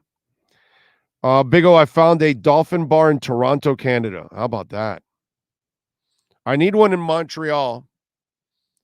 So when I go in August for Metallica, I need one in Montreal. Okay? And then Mexico City, but we don't have to worry about Mexico City till 2024. Long, long time from now before I go to the Metallica Mexico City concert. But the Montreal one, before you know it, man, we're in August. What are your thoughts about the Bills fans throwing snowballs and ice? I talked about it yesterday, Michelle. It's, the Bills fans are really weird. They do a lot of good things. They do a lot of charitable stuff. They're really classy in that sense. And then you have the Neanderthals that show up at the stadium and they're throwing snowballs or diving on tables. There's a group of Bills fans that are just like, they're pretty close to animals. There's really not much of a difference between them. They just happen to be standing on 2 feet. Accidentally, trained well, but, it's one of those things. As our girl would say in American Pie, it's like monkeys using tools.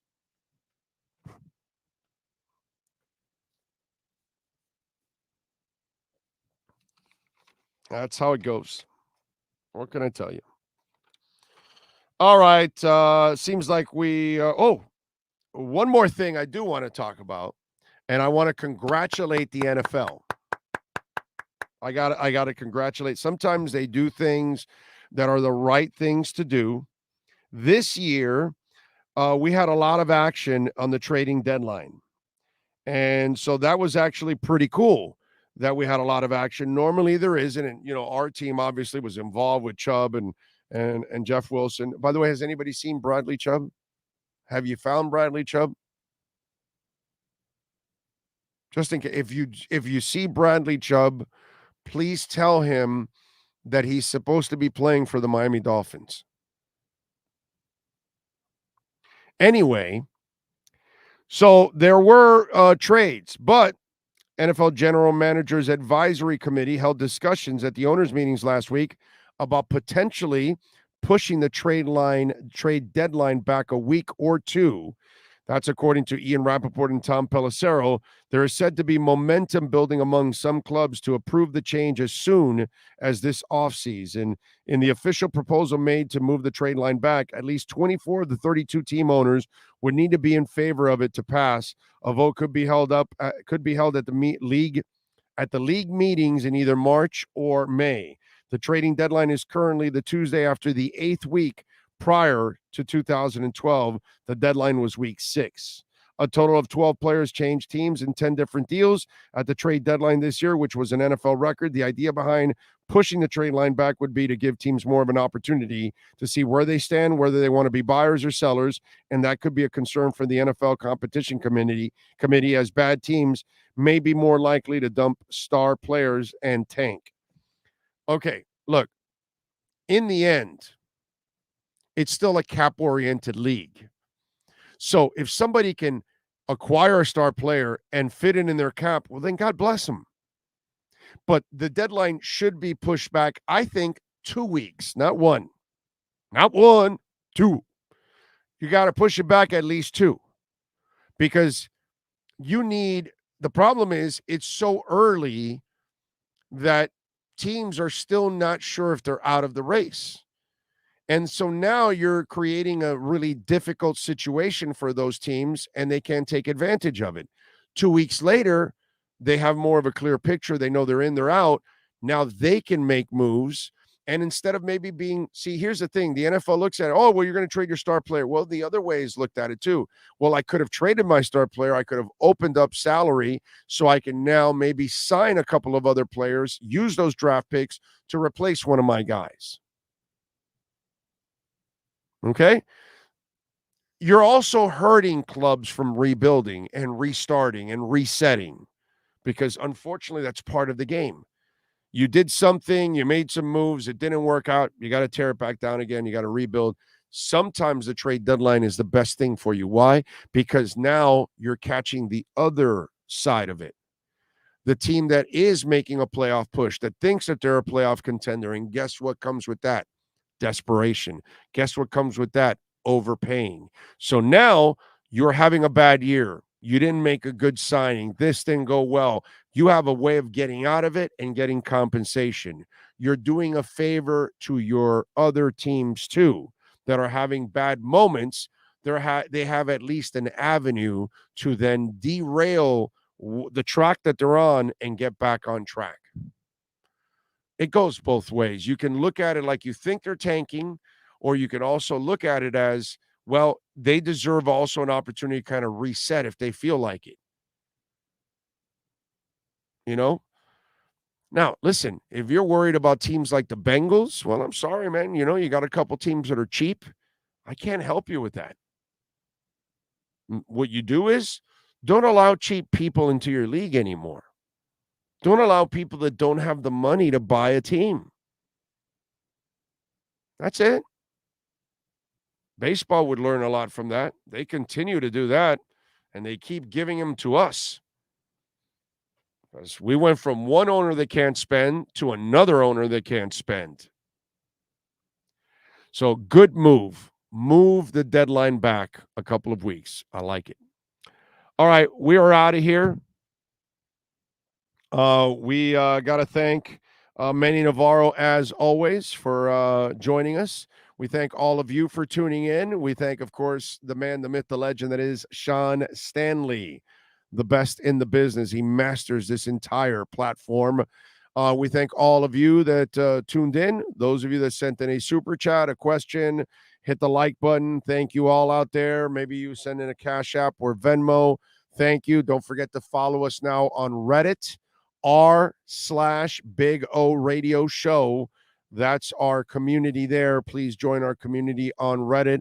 We're going to have chats going on Reddit during Dolphins games. And we'll probably be doing it like Heat and Panthers and things like that on some of those nights so we can talk about it and all that. We don't have to clutter, Twitter all the time. So join us over on Reddit. Join our Reddit community, r/Big O Radio Show.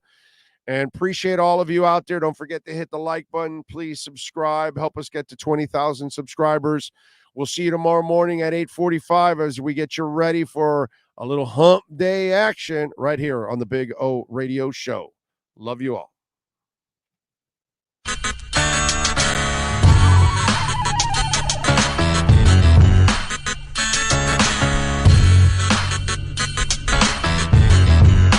This is the Big O Show.